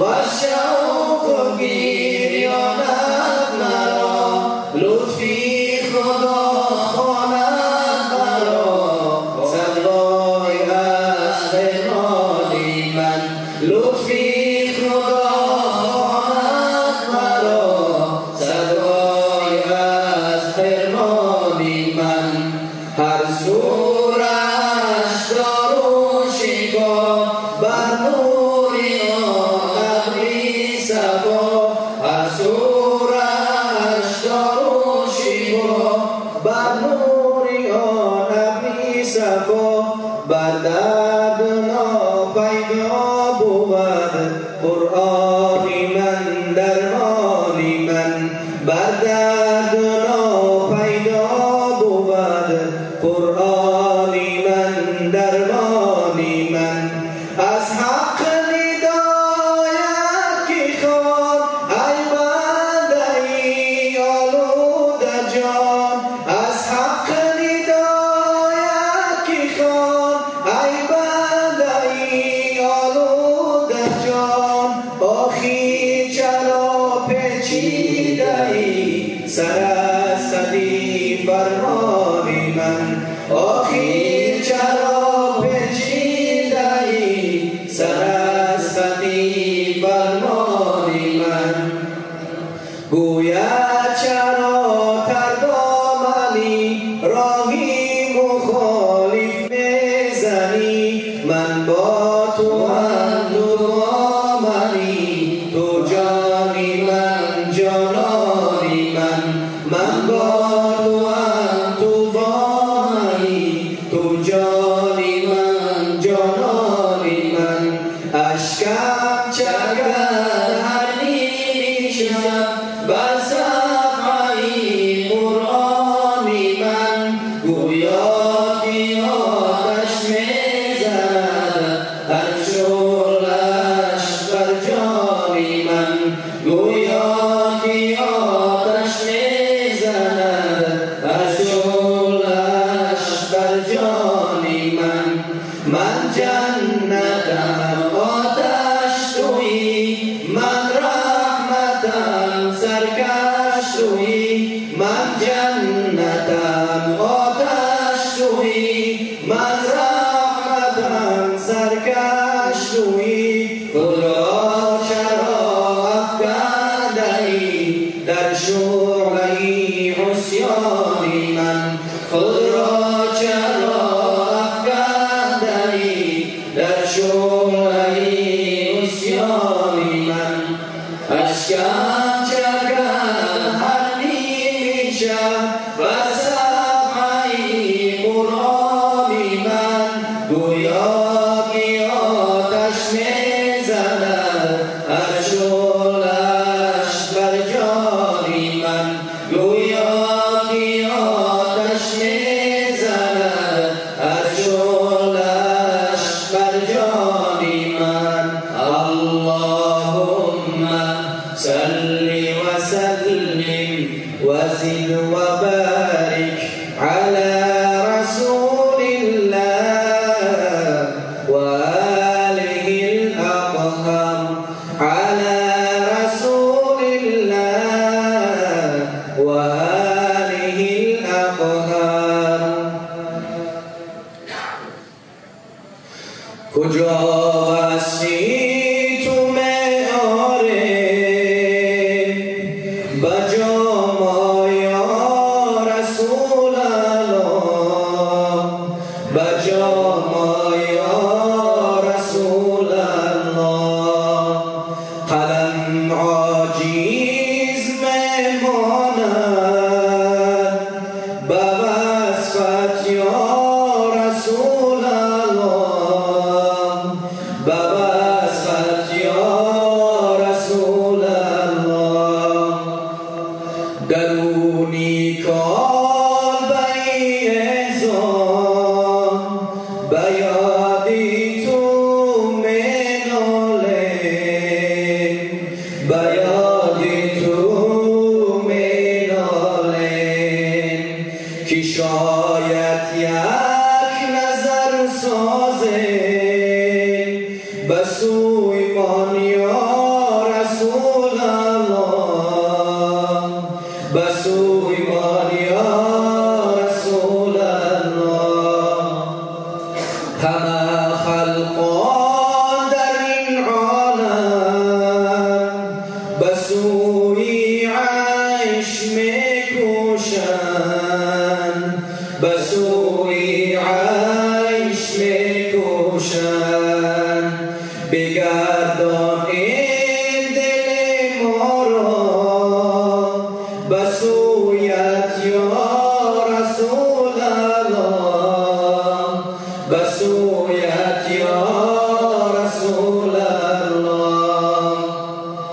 غریقی بحر عصیانیم ز کرده ها پشیمانیم غریقی بحر عصیانیم ز کرده ها پشیمانیم عجب شرمنده هستیم به نزدت یا رسول الله به نزدت یا رسول الله سرم در بال نعمت بود زبانم لال میماند زبانم لال میماند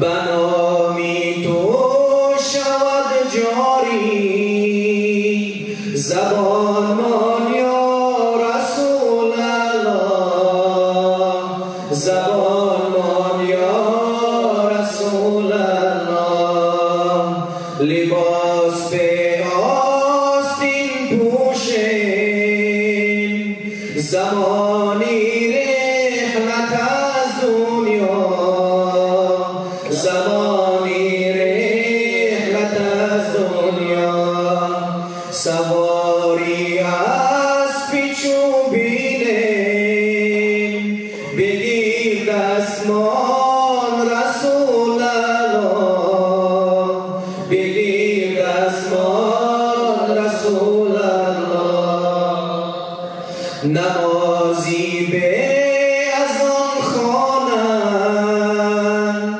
در آن ساعت برای ما در آن ساعت برای ما به زیر خاک تنهاییم شفاعت کن رسول الله شفاعت کن رسول الله درونی گوری تاریک دو ملک پرسند و دینت چیست درونی گوری تاریک دو ملک پرسند و دینت چیست بگویم دین ما اسلام گواهی ما رسول الله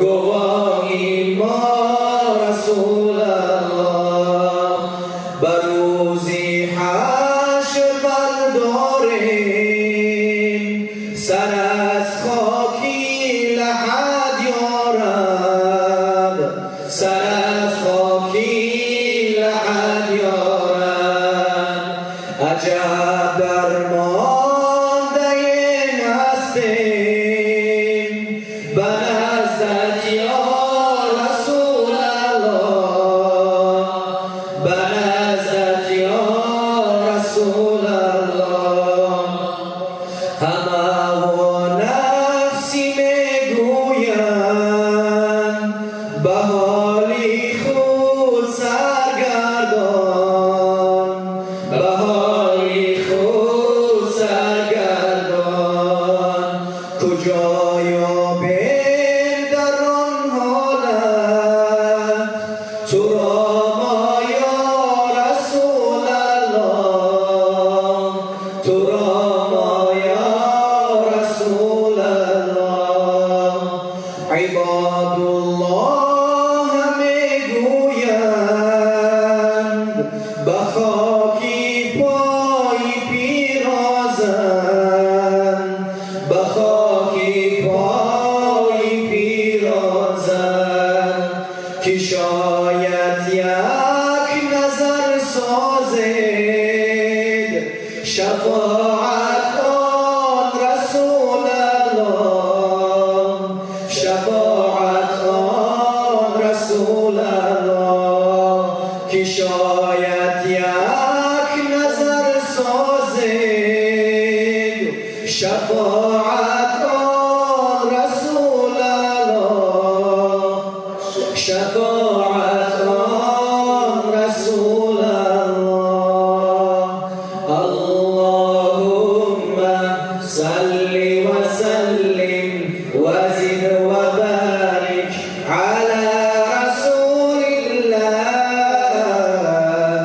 وآله الأطهار على رسول الله وآله الأطهار.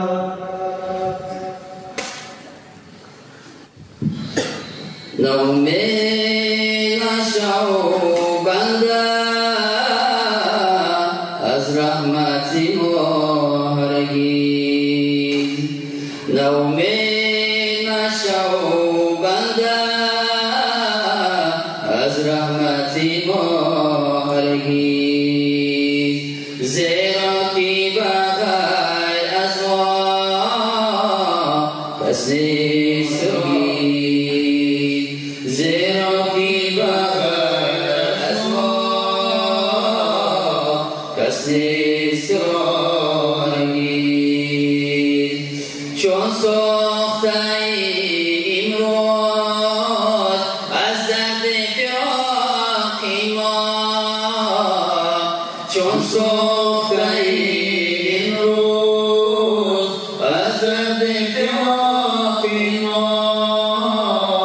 در سوختنت فردا ندیم رجالگی، در سوختنت فردا ندیم رجالگی، هرچند که رو از ما برتافتی و رفتی،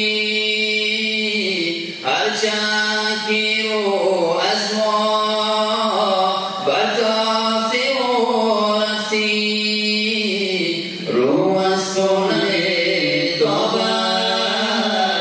این رحمت مهرگی، رو از تو نمیتابد این رحمت مهرگی، از درد فراقی ما یک شب چو بدر آیی، از درد فراقی ما یک شب چو بدر آیی، دیدار نپوشانم در روز بقارگی، دیدار نپوشانم در روز بقارگی، گر بر دل خود ما را روز گذرانی تو،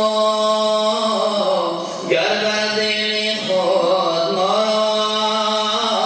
را روز گذرانی تو، در دوزخ پر آتش نوریم تو را هرگی، در دوزخ پر آتش نوریم تو را هرگی، از بیمی جدا بودم از دولت جاویدان، از بیمی جدا بودم از دولت جاویدان، محی نبود یک دم به یاد خدا هرگی، محی نبود یک دم به یاد خدا هرگی، نومید مشو بنده از رحمتی مهرگی، زیرا کی بغیر از ما کس نیست هرگیز. اللهم صل وسلم وزد وبارك على رسول الله وآله الأطهار، على رسول الله وآله الأطهار. پروردگار گذشت آن رحمت و مغفرت کن. الله مهربان جمعی بزرگی که در اینجا جمع شدیم، سلام و صلوات ما را با حبیب و پروردگار همیشه نصیب و رزق کن. پروردگار ما در دنیا پیغمبر ندیدیم و عشق و علاقه پیغمبر هستیم. خدای مهربان در این دنیا از دیدار حبیب نصیب ما نکردی. خدایا در روز قیامت از دیدار حبیب نصیب روزی بکردم. در دنیا آمدم من از برای دیدن رویت، شنیدم صدره غا از خزانت یا رسول الله. ما و شما برادر عزیز به این دنیا آمدیم که حبیب خدا ببینیم، اما صد افسوس‌ها که حبیب خدا صلی الله علیه و سلم نیست. خدای مهربان فردای قیامت ما و شما را با پیغمبرش حشر بگرداند.